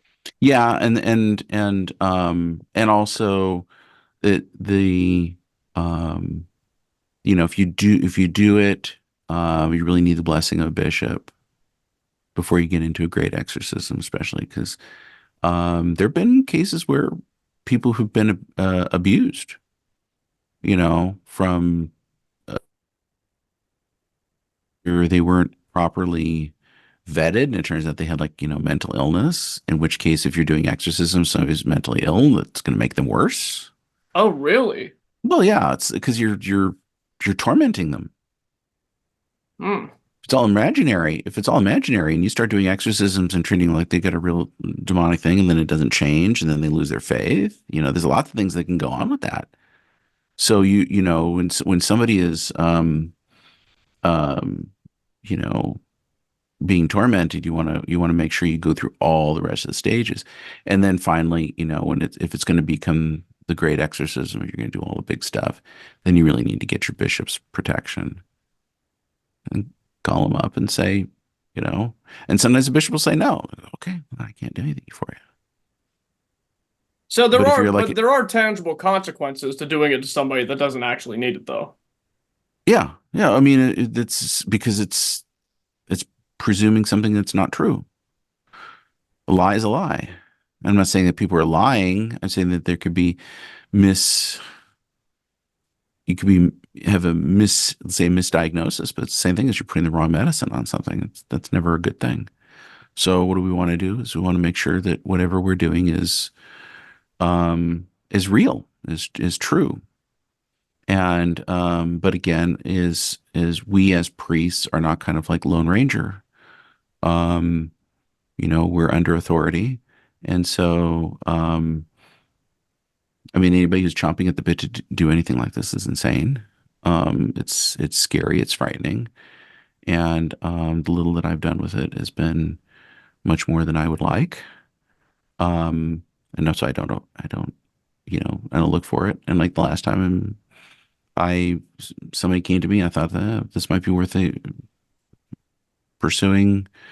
The bishop said no. I said, okay, well, you got to go to monastery.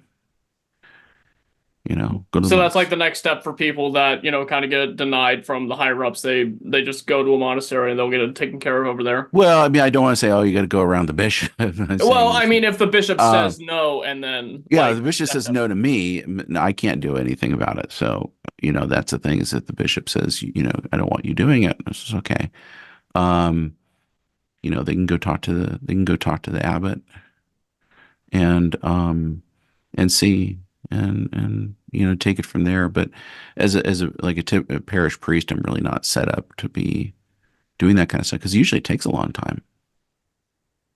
what Because it takes takes a long time getting it set up for an exorcism or exorcisms when you're really fighting something that's that powerful. Hmm. It takes time. It's not just you don't just walk in and go, "Bah," and it's done. This isn't magic. It's a struggle.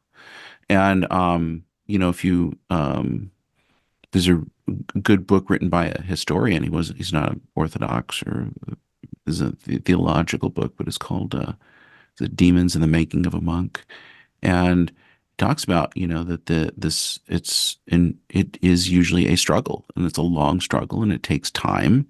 Um, it's very different between East and West on these kind of things. The West, they look at demonic possession overall. Its kind of approach is that it's an result of witchcraft and sin. And in our church, the battle with the demonic is a high level spiritual struggle. That's why, like, the monks, they get the great scheme and get that big embroidered robe, which does not belong in your hoodie. If Thank I you for catch you with saying that. if I Thank you for saying. catch you with the hoodie with the Golgotha cross on it and trying to look like I'll track you down. Oh, so I'll annoying. come with you. Okay, good. It's I very it's so yeah. annoying. Dude, it's cold out, No man. icons on shirts and hoodies and stuff either. I have a couple, but I don't wear them anymore. So yeah. Yeah, no, that's a grave temptation to taking a holy image. I don't think you should be using holy things just for entertainment. I mean, like people say, I like to listen to Orthodox chants while I'm like, driving to the store. And I'm like, no. I mean, I have recordings of chants that I use to learn music, but I wouldn't use them as entertainment. They're holy. Mm. It's like, say I'm bored, I think I'll just, read my Bible to entertain myself. It's like, what? Um, so I'm seeing all kinds of controversial things now. I have such a That's okay. huge fan club after this. Like, priest is crazy. Yeah, so what else is new? So, golly, what were we talking about? Exorcisms. Exorcisms, yeah. So, I mean, every priest does them because that's what we do as part of the baptizing babies. And when we bless water, that's part of it too. So it's not a big controversial thing. It's right there and all we do in all the service, those services. But when it comes to bigger, so most of the time, 9 times out of 10, if there is something that's legitimately going on in the house, you don't need a big fancy exorcism. You just have to like stand there and say, "Get out, stop doing that." That works because evil spirits don't have a right to be in this world. It isn't theirs, and they It's don't only have a when right you to. catch them. It's well, the typical thing when you're dealing with like a legitimate haunting is what happens is, okay, so some people get a house and all that, and they'll hear footsteps up in the attic. So what do? They stop going in the attic, and they start hearing footsteps in the basement. The basement's creepy. Now, all these things could be explained by a possum or bad wiring, because you get like a really grounded electrical panel gives off all kinds of magnetic things, and people can feel those. Um, but um, but then they stop going in the basement. And then where does it go? It starts banging around the kitchen. So you don't go in the kitchen at night. Keep your glass of water by the bed. All right. And then pretty soon it's walking in the hallway. Does this all sound familiar?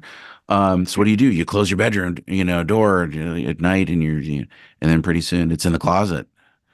And what have you done? Now you're hiding in the bed, and pretty soon it's standing at the foot of your bed, going woo.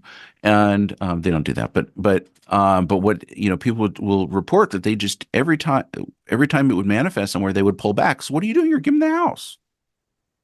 Stop. The very first thing you got to do is just stop. You out. Go now. And if you did that, most of the time they would just go because it's not their house. They just want to see if they could. It's like if some guy all of a sudden shows up on your at your house, he starts living in your basement. You just say, "Well, I saw how he got in here. I'll just keep the door closed." And not were you going to evict him?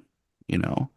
Now there are cases where people get involved in some stuff where they have to bring out the heavy artillery. You got to start getting the holy water, and you might have to do some prayers, the lesser blessing of water, and throw water around, and then you tell them to go, and they'll go.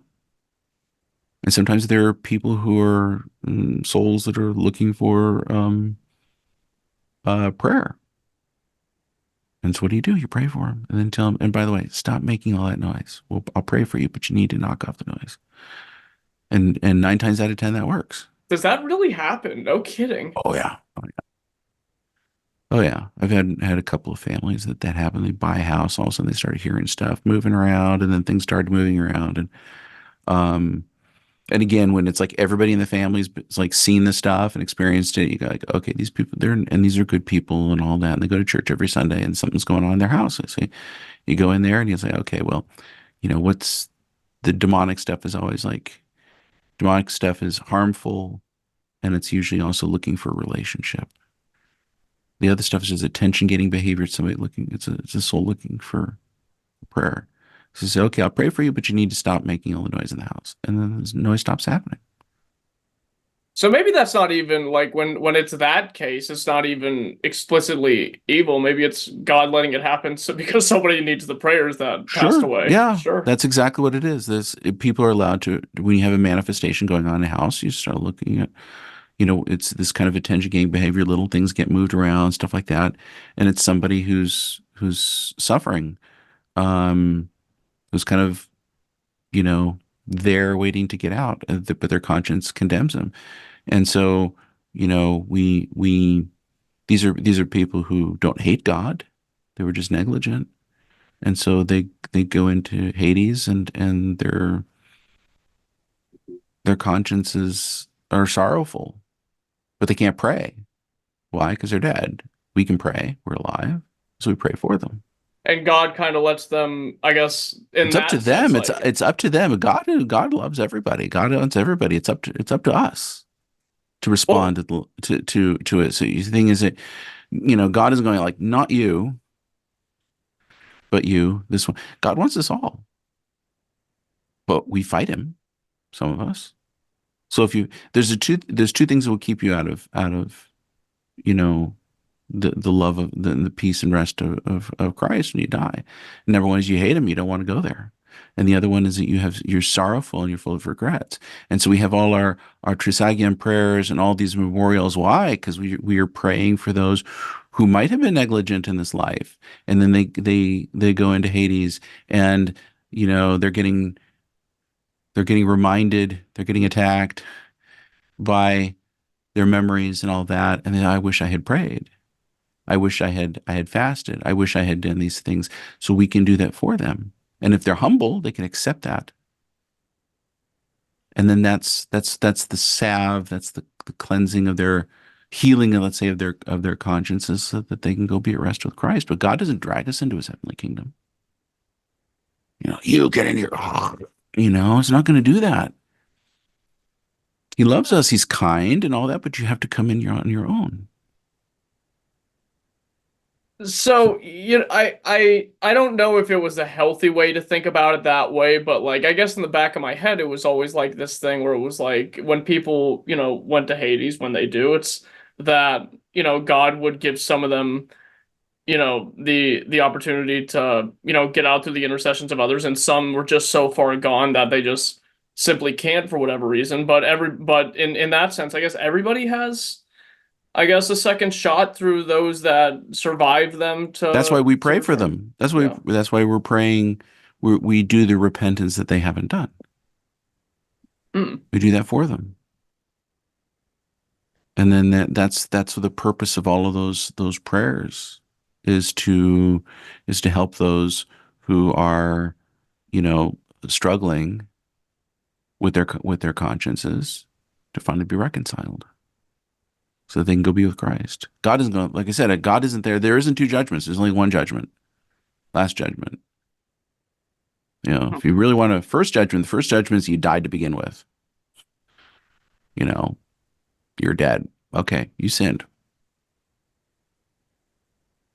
So now what? Christ comes down into Hades. He says he leads Hades captives. He goes out the other side. He takes everybody with him who wants to go.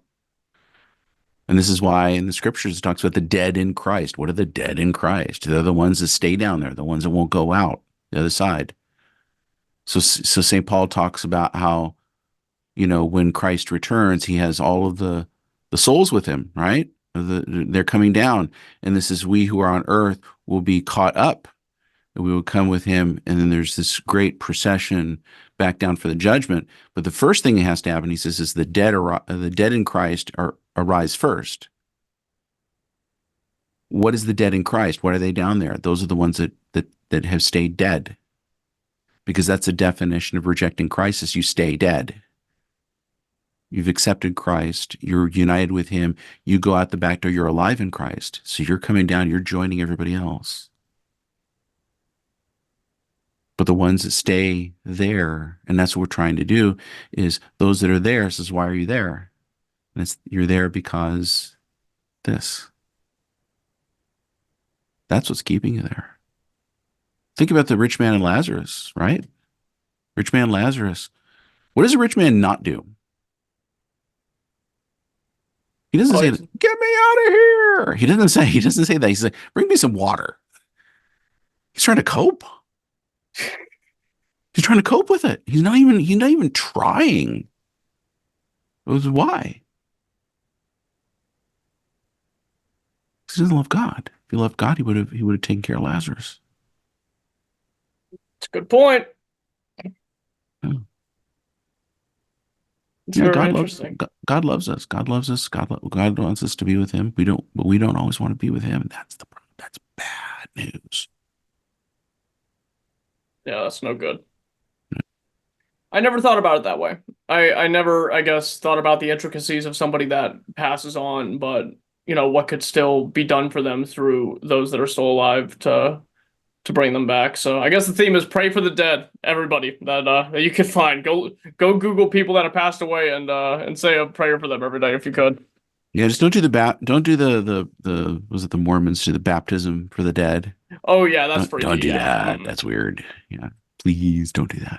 Do they do that with their corpses? Do they do that with like their bodies? Or I don't think they do corpses. I think it's like one of those things where it's like it's kind of I guess like a weird take on, I don't know. I'm not an expert. So anybody knows any more than me, than they know more than me. But you know, there's a thing about like you can be baptized for every one of your ancestors. That's why they have all that really awesome genealogy stuff.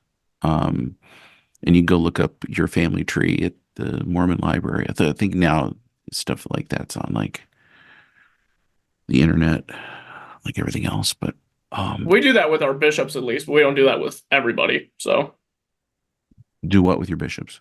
Like we could trace bishop to bishop to bishop back to the apostles. Like Yeah. No, but that's a whole different kettle of fish. Yeah, we don't post-mortem baptize bishops. We don't do that. So. No, although there was somebody who they had to, it was a non-canonical group and they wanted to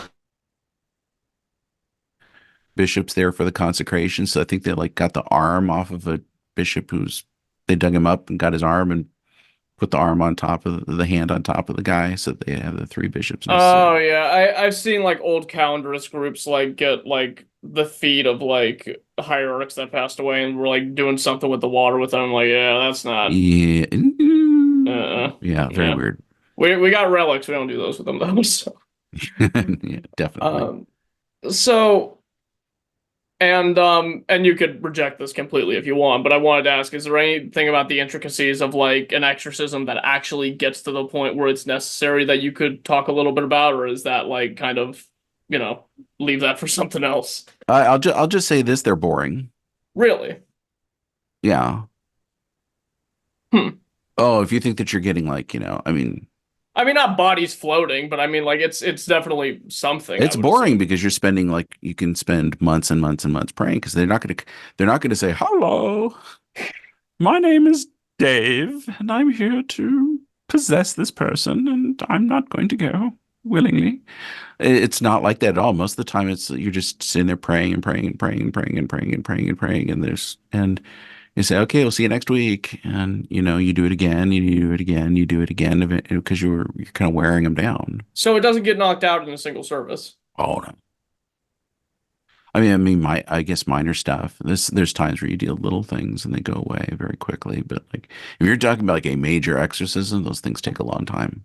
And that's why they do them like in monasteries, because you can really kind of think of the monastery could probably shorten the lifespan because they can kind of, say, hey, we're just going to do it every day for 2 weeks. And, as opposed to like if you're in a parish, it's like, well, there's only so much time I can devote to this kind of stuff. My wife will miss me if I'm never home. So I'll come and you do it for a couple of hours. And it's like, okay, we'll go see you next week. And, but it's just like, it's just like a regular war. We don't. I don't know if you noticed this, but battlefields these days, nobody runs around in red jackets. Or Um, line up in a straight line while the other Starting up guy's in a doing the straight same line thing. and Yeah. here we are, fire when ready. We don't do that. What do? We hide, right? Camouflage. I got some camouflage right here. I got my Um, BDUs in the closet. I got me source with the camouflage all in there, so BDUs. Uh-oh. You yeah. getting ready for World War III, are you? No, I just got a buddy that sells me a whole bunch of war surplus, but it's one of my it's one of my many little strange collections, so Ah, yeah. well, yeah, but these things hide. They hide. They don't want to be seen. So it just takes forever to finally get something to kind of come out. And then you try to get it to say its name. And then once you have its name, it's pretty much downhill from there. Hmm. But like I said, anybody is like their first session, they're like, oh, howling and it's half the time. I had one family I was dealing with, and the husband and the kids were convinced there was something going on in the house, and the wife was like the only one who hadn't seen anything, and she goes, nah. I mean, she was very nice to me and all that, but she wasn't. So I did the first prayers and splashed some holy water around and all that. Next day she calls me and goes, it's real. I says, how do you know? She goes, it sat down on the bed next to me. And I was like, what? I was surprised by that one. And she and her husband watched the bed sink down. Something sat down on the bed next to them. It was kind of an intimidation game. I was like, ooh, that was weird. So after that, she's a believer. She was a good Christian anyhow, but it was just like, there's a lot of priests that have nothing like this happen in their whole ministry. I had one priest tell me, says he's been a priest for 40 years, never had anything. Had some little stuff here and there, but nothing really big. And then some of us are just kind of like magnets for, Yeah. I but think God gives that to certain priests because maybe they can handle it better than the things that the priest that can't handle it can handle. You know what I mean? It's like it's kind of yeah, distinctionary. yeah, none of us has everything. There's a lot of stuff that I'm not really good at. I'm not super duper educated in theology. I survived my exams, and that was a long time ago. So sometimes I'll get stumped on stuff. I'm like, where did I read that? Um, but you have, like I have a friend who's like knows everything about liturgics inside and out. I'm not that one guy, and so I call him, say, hey, can you tell me what's going on here? I'm trying to figure this out, and like rattles off all this stuff just super easy. Some priests are really good at, dealing with parish management and all that. And that's the thing is if you go to seminary and you realize that like being a priest these days, you're managing so many different jobs in a parish and you're expected to be perfect at all of them and still be nice and have a good voice and not be too young, but not be too old. So and I'm too old. So It's just the beard. it's just the I look 35 when I grow mine out, so don't worry. My mother keeps telling me I look like a little kid again after I did a clean burn, so How old are you now? no, I'm 24.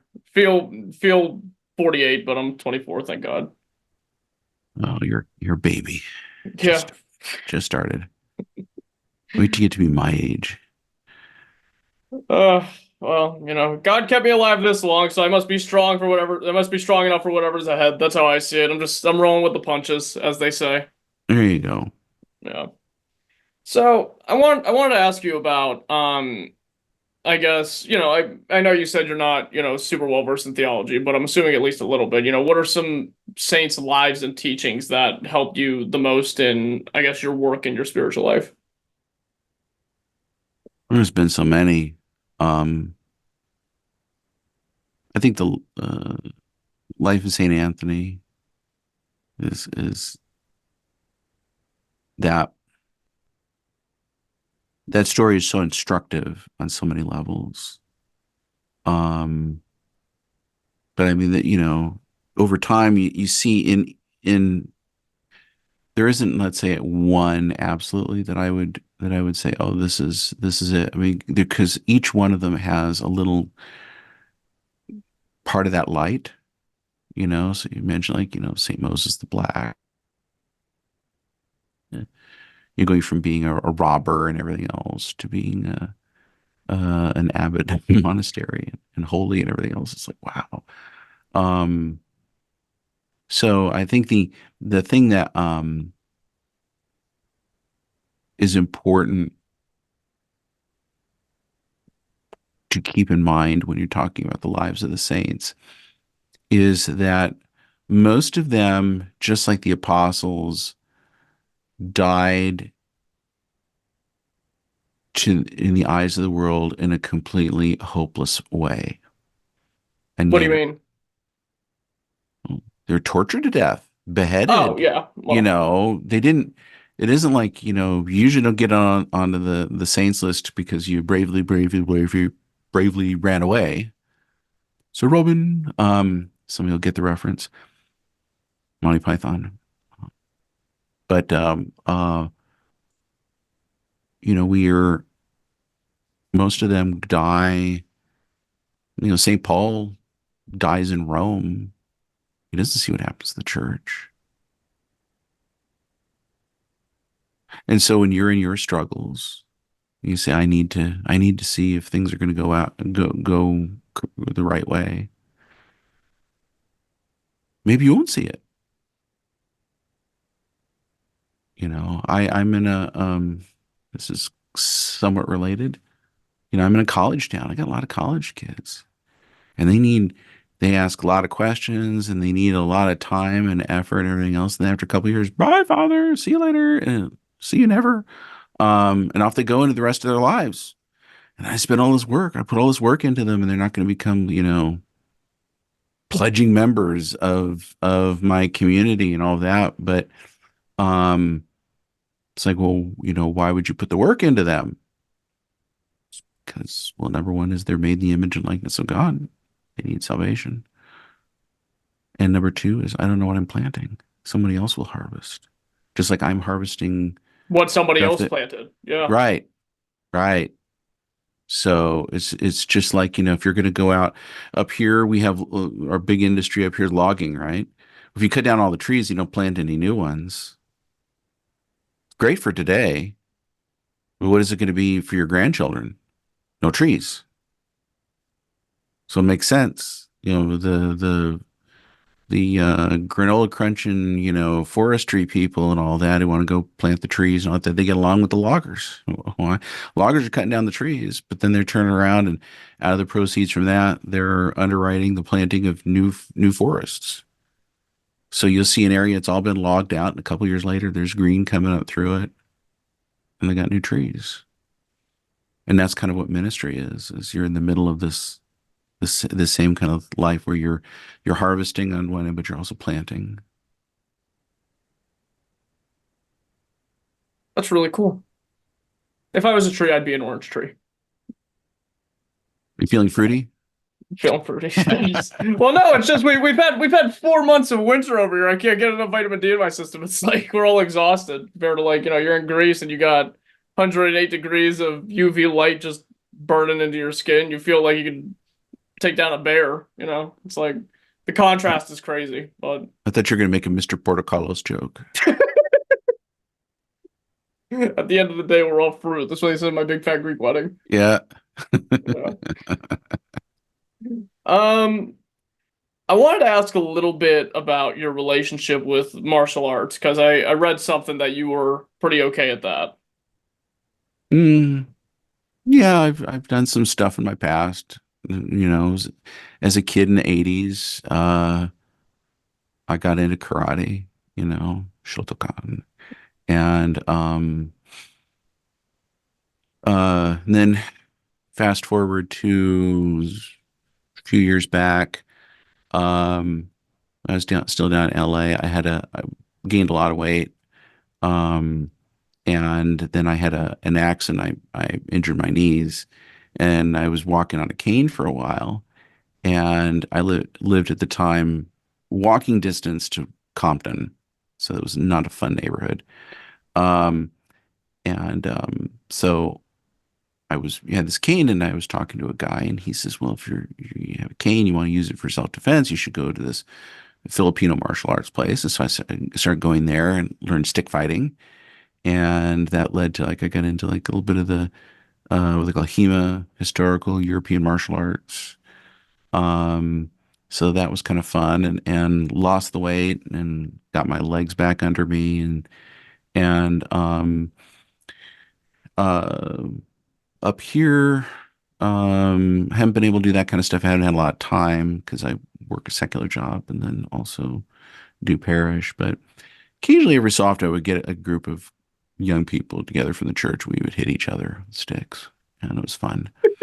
Um, but right now, I'm really kind of focused on because I sit for too long and I stand for even longer. Um, and I'm getting old, and so it's that kind of stuff hurts. So I started buying better shoes. It's always a And good then I, step.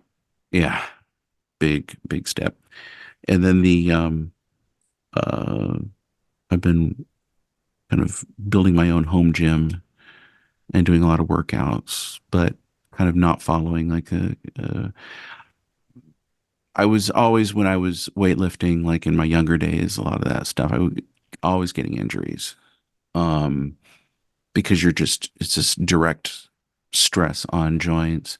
And so in last few years, I've been really getting into kettlebells and what are called Indian clubs, or also Persian clubs. I saw you tweeting a little bit about that. Your newfound love for kettlebells.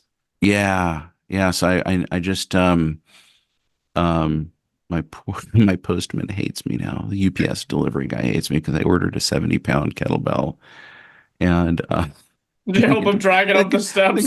the guy had like show up at the door. Luckily, they gave us like the big driver that day, but you could see it was just like, "What are you ordering?" And I was like, it's like this. I felt sorry for him. He didn't sign up for my exercise routine, That's very um, funny. but yeah, I try to encourage people, to um, eh, you have to take care of your body. You have to take care of your body. If you don't take care of your body, it won't take care of you.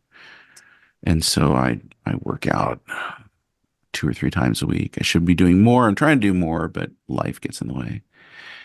So that's actually what I'm going to do after this interview is put on my exercise cassock. No, I just have Do you really exercise I was clothes. gonna ask. That's No, got no, no, no, no, no, no, no, no, no. I am not that crazy. I look it, but I'm not. As my father says, they don't lock you up for being crazy. They lock you up for acting crazy. Um, so no, I wear regular gym style clothing.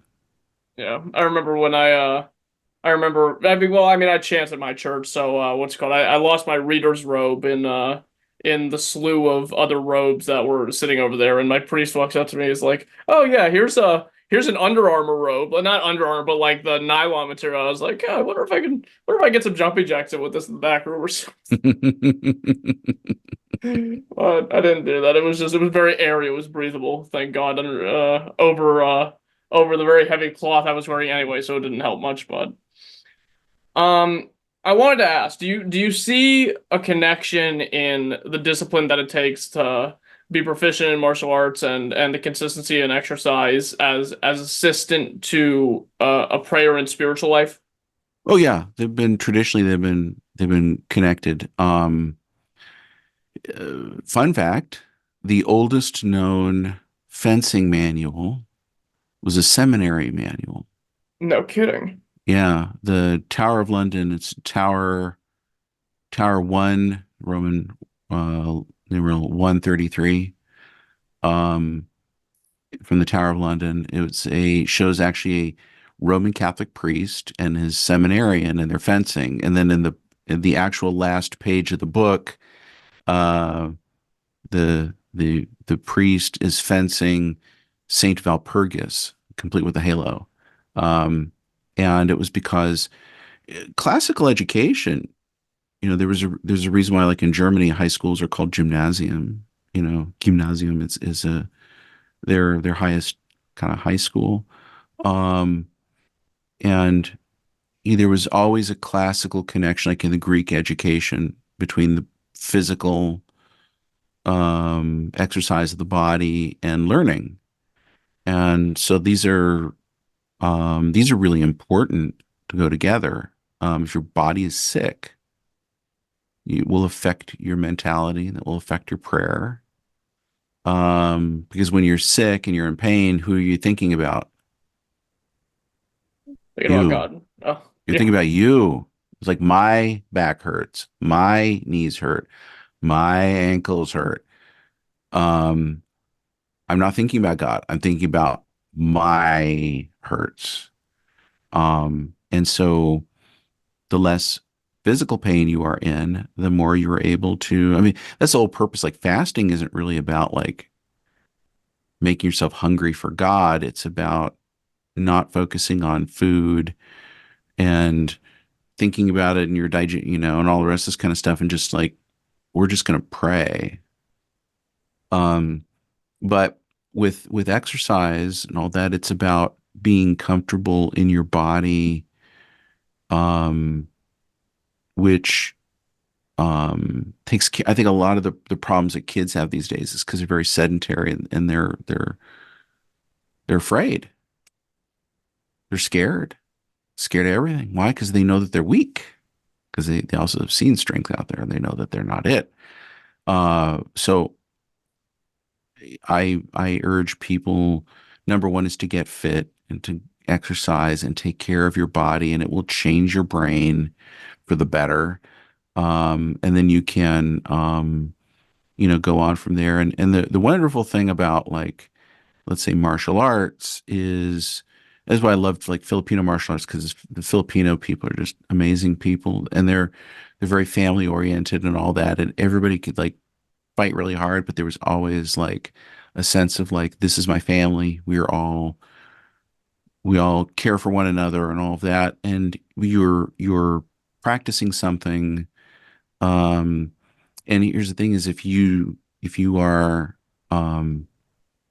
like with when we're frustrated and things like that, you have a habit of lashing out. You can't do that in martial arts.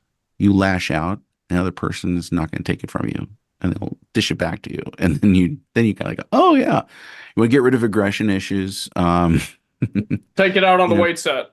yeah. Well, what'll happen is if you don't take care of it, if you don't take care of it before you get in there and do your stuff, is you're gonna like hit that guy too hard, and then he's gonna like hit you too hard, and then you just, oh, I can't do that anymore. That's how children learn to like not hit each other when they're Yeah. playing. Why? Because like, oh, I hit him, and then Billy hit me back, and so I can't hit Billy anymore because he bites. Um, so that's what we. Oh, my son was um bullied when he at one point in school, and this kid came up and pinched him or whatnot. And I told my son, when they start going to public school, kids are going to do that, and you give them a verbal warning, and then don't do anything that leaves permanent injuries. No eye gouges, don't break their necks or anything else, but you Take can. a chunk out of their arm, yeah.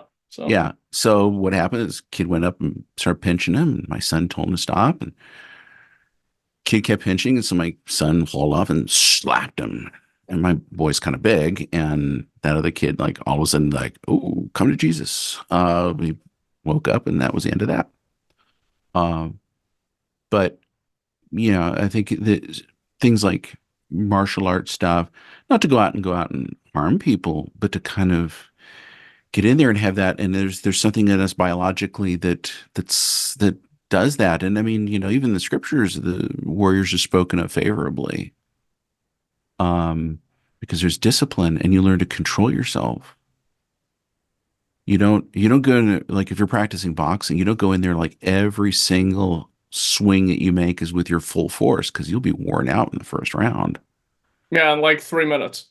Yeah. So you get Yeah. in there, and you learn discipline, and you rein in your impulses. And this is all very important stuff for us to develop spiritually. So it's training the body to do things that we want to do in the spirit as well. Yeah, Yeah. I agree. And such things do you think are important for people that don't have the discipline to pray or to fast, but want to develop it, and that could be kind of a catalyst for such a thing? Well, I think if you're able to get into the martial arts stuff and all that and follow it the way it's supposed to be, you'll have the discipline to do all the rest of the other things too. Um, it's a there's the notion of the physical appetites. Like you take the kind of the patristic breakdown, which is also something that goes back to Plato, and then it goes back to even like the Old Testament, is the notion is kind of three levels. You have your physical appetites, you have your so your irascible psychological appetites, and then you have your spiritual appetites. The philosophical appetites is three levels. You do have the physical ones, so it's like food and sex, and that's why there's no, like, you go look and there isn't, like, 15 treatises on sex with St. John Chrysostom. Um, they lump them all kind of together. And so there's this regulation of the body and the bodily appetites. And what you want to do is get those under control. So you don't go out and fornicate, you don't do all this kind of stuff, but you also don't overeat. As I tell people, I've said this kind of as shorthand, and then people get really upset. Is this, being obese is just the same as being homosexual. And they go, no, so well, go look at the fathers. They treat that food and sex are kind of the same topic. It's a lack of Um, control of the bodily appetites. yeah, it's giving into them. That's what a bacchanalian orgy and things like that. They were all festivals that involved food, drink, and sex, all in one happy Greek package. And then the Romans got it and took it too far as well. So um, you have to regulate your body in order to go to the next appetites. So you say that you love God, but if you love cheeseburgers more than God, you're stuck down here. Hmm. So you have to give those things up. And then you have to give up the next level of appetites, which is honor and love and, um, beauty and things like that are appreciation of beauty. And these are this mid-level appetites. And that's why, you give those up as an ascetic as well, right? So you're always treated with, they're always considered with humility and being plain and all that, so that you're not worried about pleasing men or gaining things for yourself, that instead you can just spend all your time in the philosophical pursuits, the love of God, highest. Hmm. It's very interesting. And it probably helps for people to categorize these things. And it's like, all right, well, what's impacting, my ability to pray from the heart? It's like, all right, well, it's either, my carnal desires, or it's, my inclination for Mhm. gluttony and food and whatever. And, you kind of categorize getting certain spiritual illnesses out of the way before you get on to before you fry the bigger fish, per se. Yeah, well, look at like when you're a monk, right? I'm not a monk, but I've seen them. I played one on TV. No, what's the first, you become a Rastafari. What's the very first thing they do? They give you a cassock and what? A belt. And you wear that belt across your stomach. You don't wear it on your hips. Wear it on your stomach. And why do you have that belt? And it's tightening your belt and all that. It's because you're now going to start mastering that stuff down there. Your stomach, your gonads. You're going to start really physically disciplining yourself.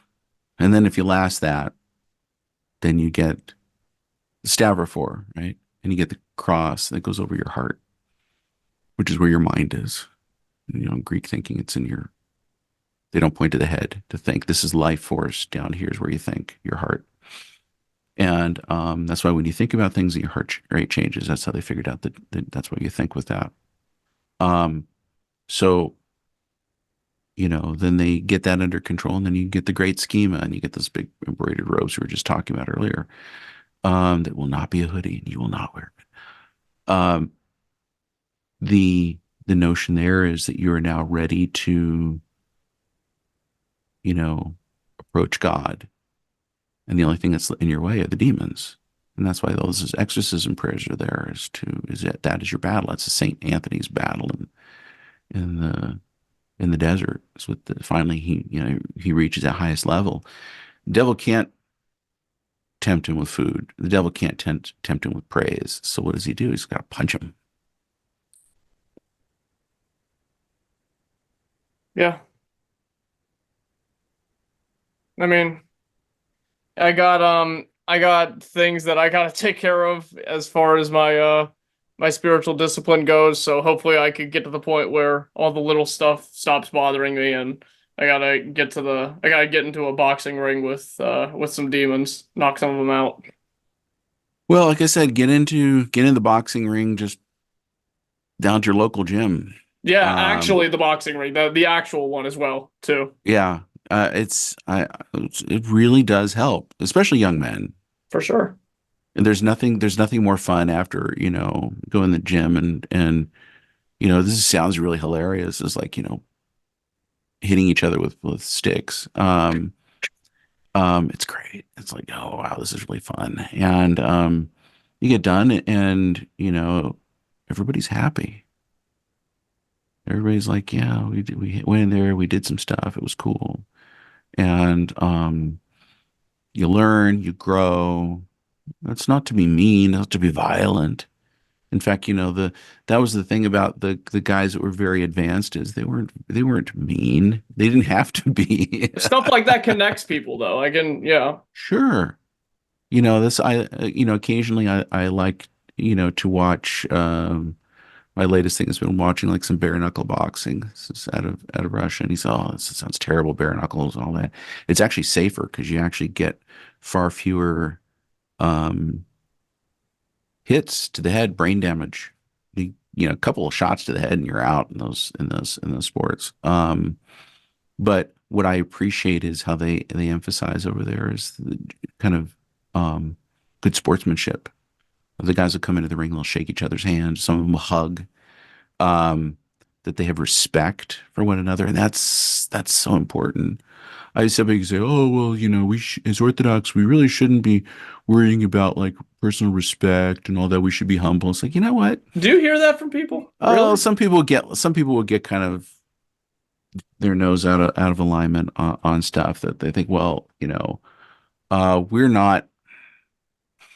Uh, we're human, and the desire to be treated with respect and treated with kindness and all that. It's part of who we are. And when we do it to others, it's good for us.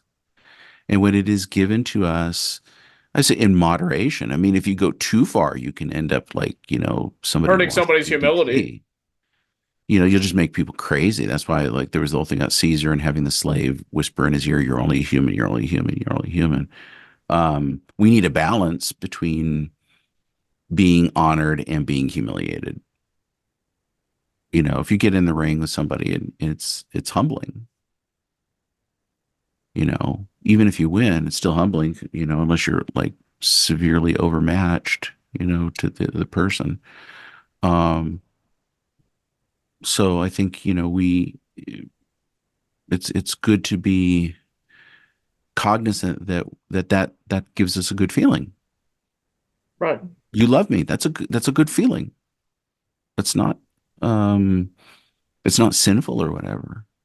And what we should do is we should be um, humble enough that when that is going on, is we don't abuse it, and that we actually take that gift and give it to others.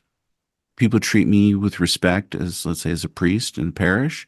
I try to show them respect as lay people and treat them like my slaves. I treat them as my children, my family. Of course, my children say, "Oh, you treat them better than you treat us." I was like, probably. They pay better.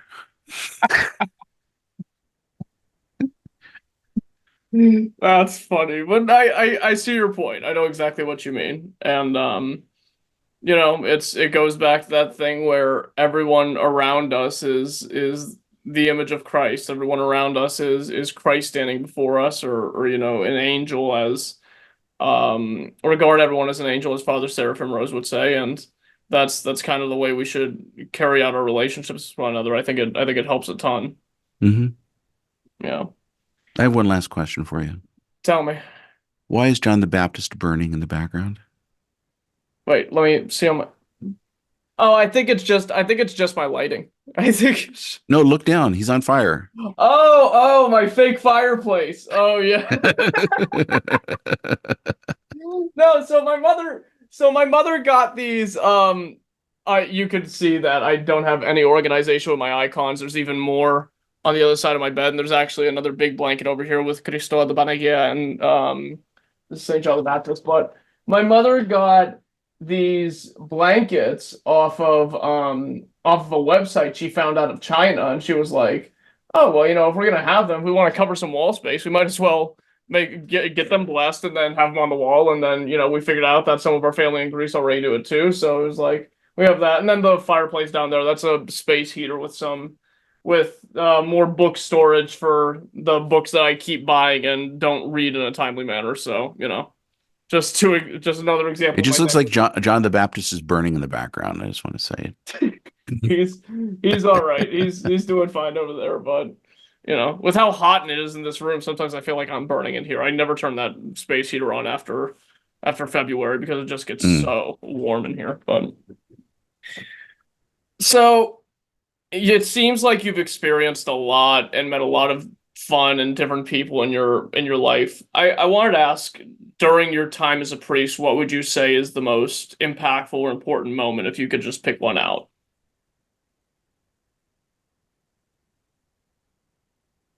Hmm. Um, yeah, I something that jumps to mind happened recently.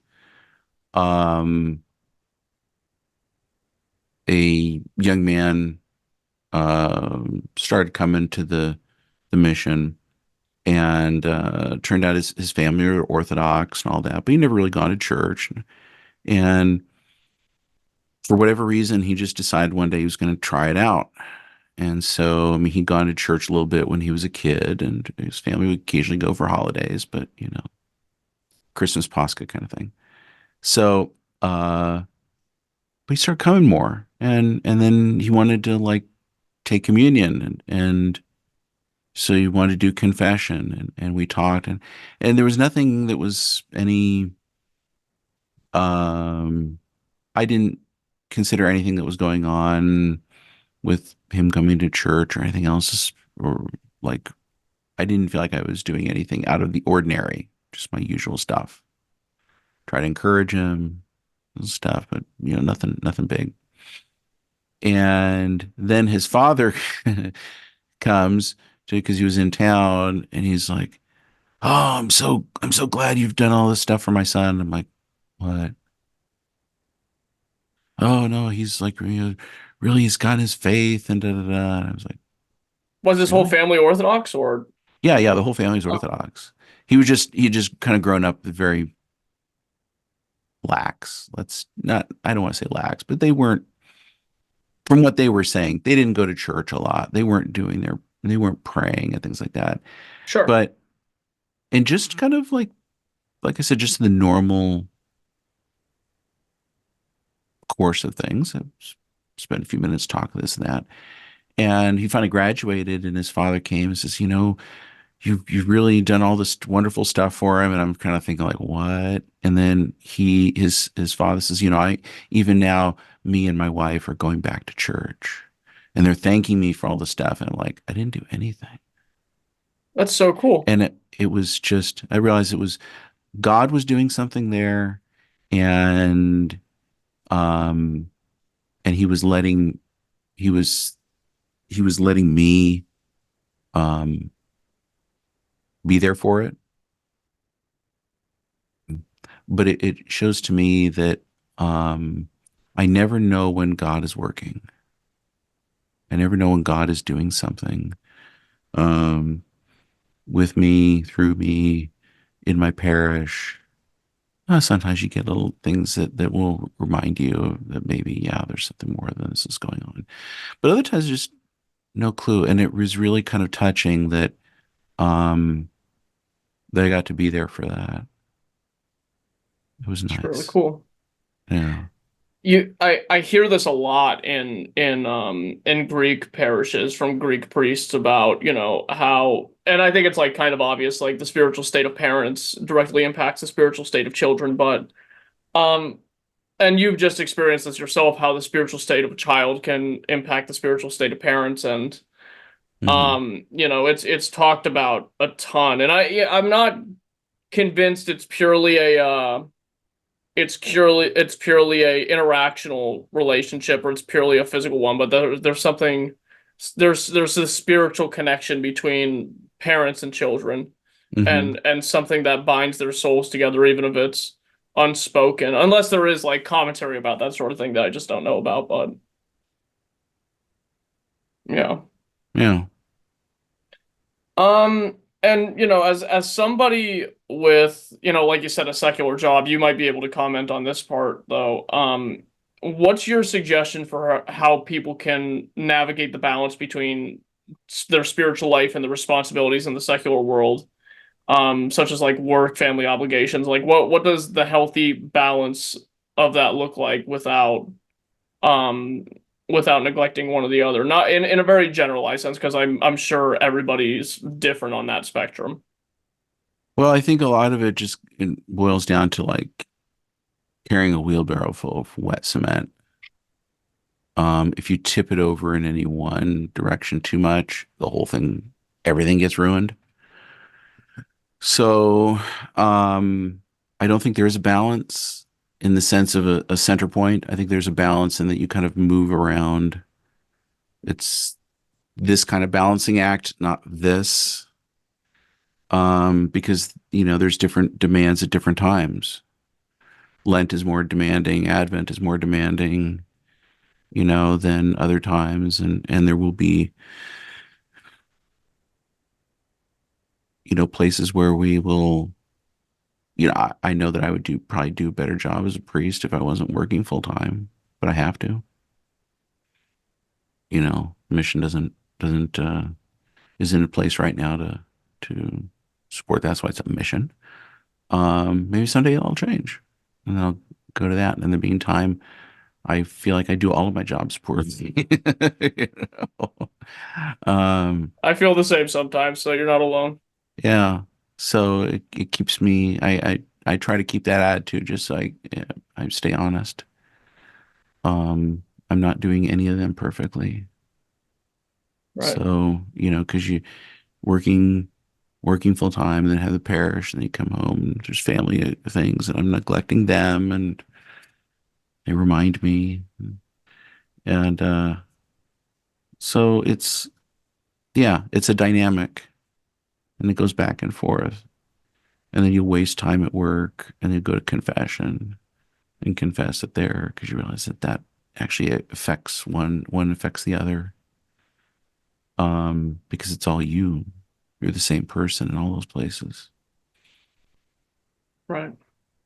And you mentioned you were a part of a mission. Is there any way that people who, can help are able to contribute to the work that's being done down in your neck of the woods in Idaho? Yeah, go to their church. I'm serious. I'm serious. I don't want your money. If that's what you're saying. I don't want anybody's money. I want you out there, you go to church. Go to your church, support your community, pray, you know, do the Orthodox stuff, make yourself better. And then you get to bring more people in. Because I want the big thing is if people want to help support me, make the church bigger. Yeah. There's more of us, then things go better. They probably get more difficult in other ways, but that's all. If you're in northern Idaho and you come through Pullman, Washington, because we're on the border. Pullman is on the Washington Idaho border. So half of us live on the Freedom side, the other half live on the Washington side. And yeah, look us up. But otherwise, go to church. Go to your church. Support it. It's a That's good all. message. Everyone should be doing it, and I feel like one of the big themes about what we've been talking about today is people and the interactions Mhm. between people and I guess what they can do for others that'll also assist themselves. But things aren't perfect all the time. So I wanted you to maybe comment on the advice you'd have for fostering forgiveness and compassion in our relationships with others, especially during challenging and high tension situations with those we love or maybe even those we don't love. Well, remember your sins. You Mm. remember your sins. It's a lot easier to go lenient on others when you realize what you've gotten away with. So that's the thing is when I start judging other people, I have to look and say, well, have I done that? And then if I could say no, I say, could I do that? Because the more honest you are, the more you realize that there's very few sins that are out there that you'd never do in the right situation. And so if you realize that you're vulnerable and you could be doing that stuff too, and you just haven't yet, then you say, okay, God, please keep me out of that. I don't want to be that. I don't ever want to do that. And so therefore, if I'm asking God to rescue me from that, I should be asking God to rescue that other person from that too. I agree. It's compassion. Love thy enemies. Don't hate them. Love them. You love them, you'll forgive them and all that because you know that you're asking for the exact same thing. And in the same way, if God's been so patient with us through our sinfulness, what right do we have to not be patient with others? Yeah. It's a lot of that It's too. the servant who was forgiven the debt went out and choked the other guy. Give me what you owe me. Yeah. Don't do that. Forgive us our trespasses as we forgive those who trespass against us. I mean, you got any final thoughts for the audience?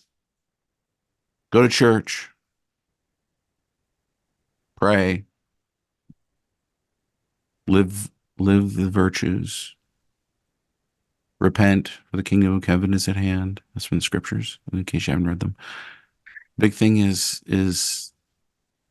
remember that the faith isn't things that you believe, it's the things that you do. So do them. You're wondering what they are, Galatians 5. Go look. You'll see. That's what our tradition tells us is what virtue looks like. That's what evil looks like. Don't be evil. Be good. You say, I can't be good. Ask God for his help. That's exactly what it's supposed to be, is the virtue come within you. I Let him agree. do his thing. All right, Yanis. Would you like to end us off with a prayer? Oh, yes. I'm going to end with the Lord's Prayer. Our Father, who art in the heavens, hallowed be thy name. Thy kingdom come, thy will be done on earth as it is in heaven. Give us this day our daily bread, and forgive us our debts as we forgive our debtors. And lead us not into temptation, but deliver us from the evil one. For thine is the kingdom and the power and the glory, now and ever to ages of ages. Amen. Amen.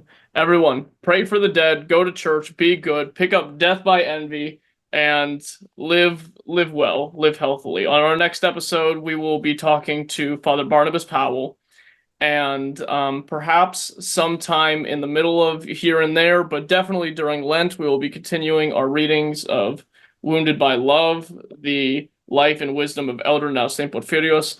Father, thank you so much for coming on to speak with us. I and my listeners are all praying for you, and we ask that you pray for us here at the Orthochat, and I will talk to you guys all later. Thank you. God bless. Bye-bye. αιώνας των αιώνων αμήν. Σεν είναι επιγεινός κοαιτία της αυτού. Απολύας ως φύση ο Θείος μου Υιός. Σιγάρ κατάγγισε όλος τη αμαρτία. Και παρεδόθης τελείως τη ραφημία. Της εξαναστήσης εκείμενο.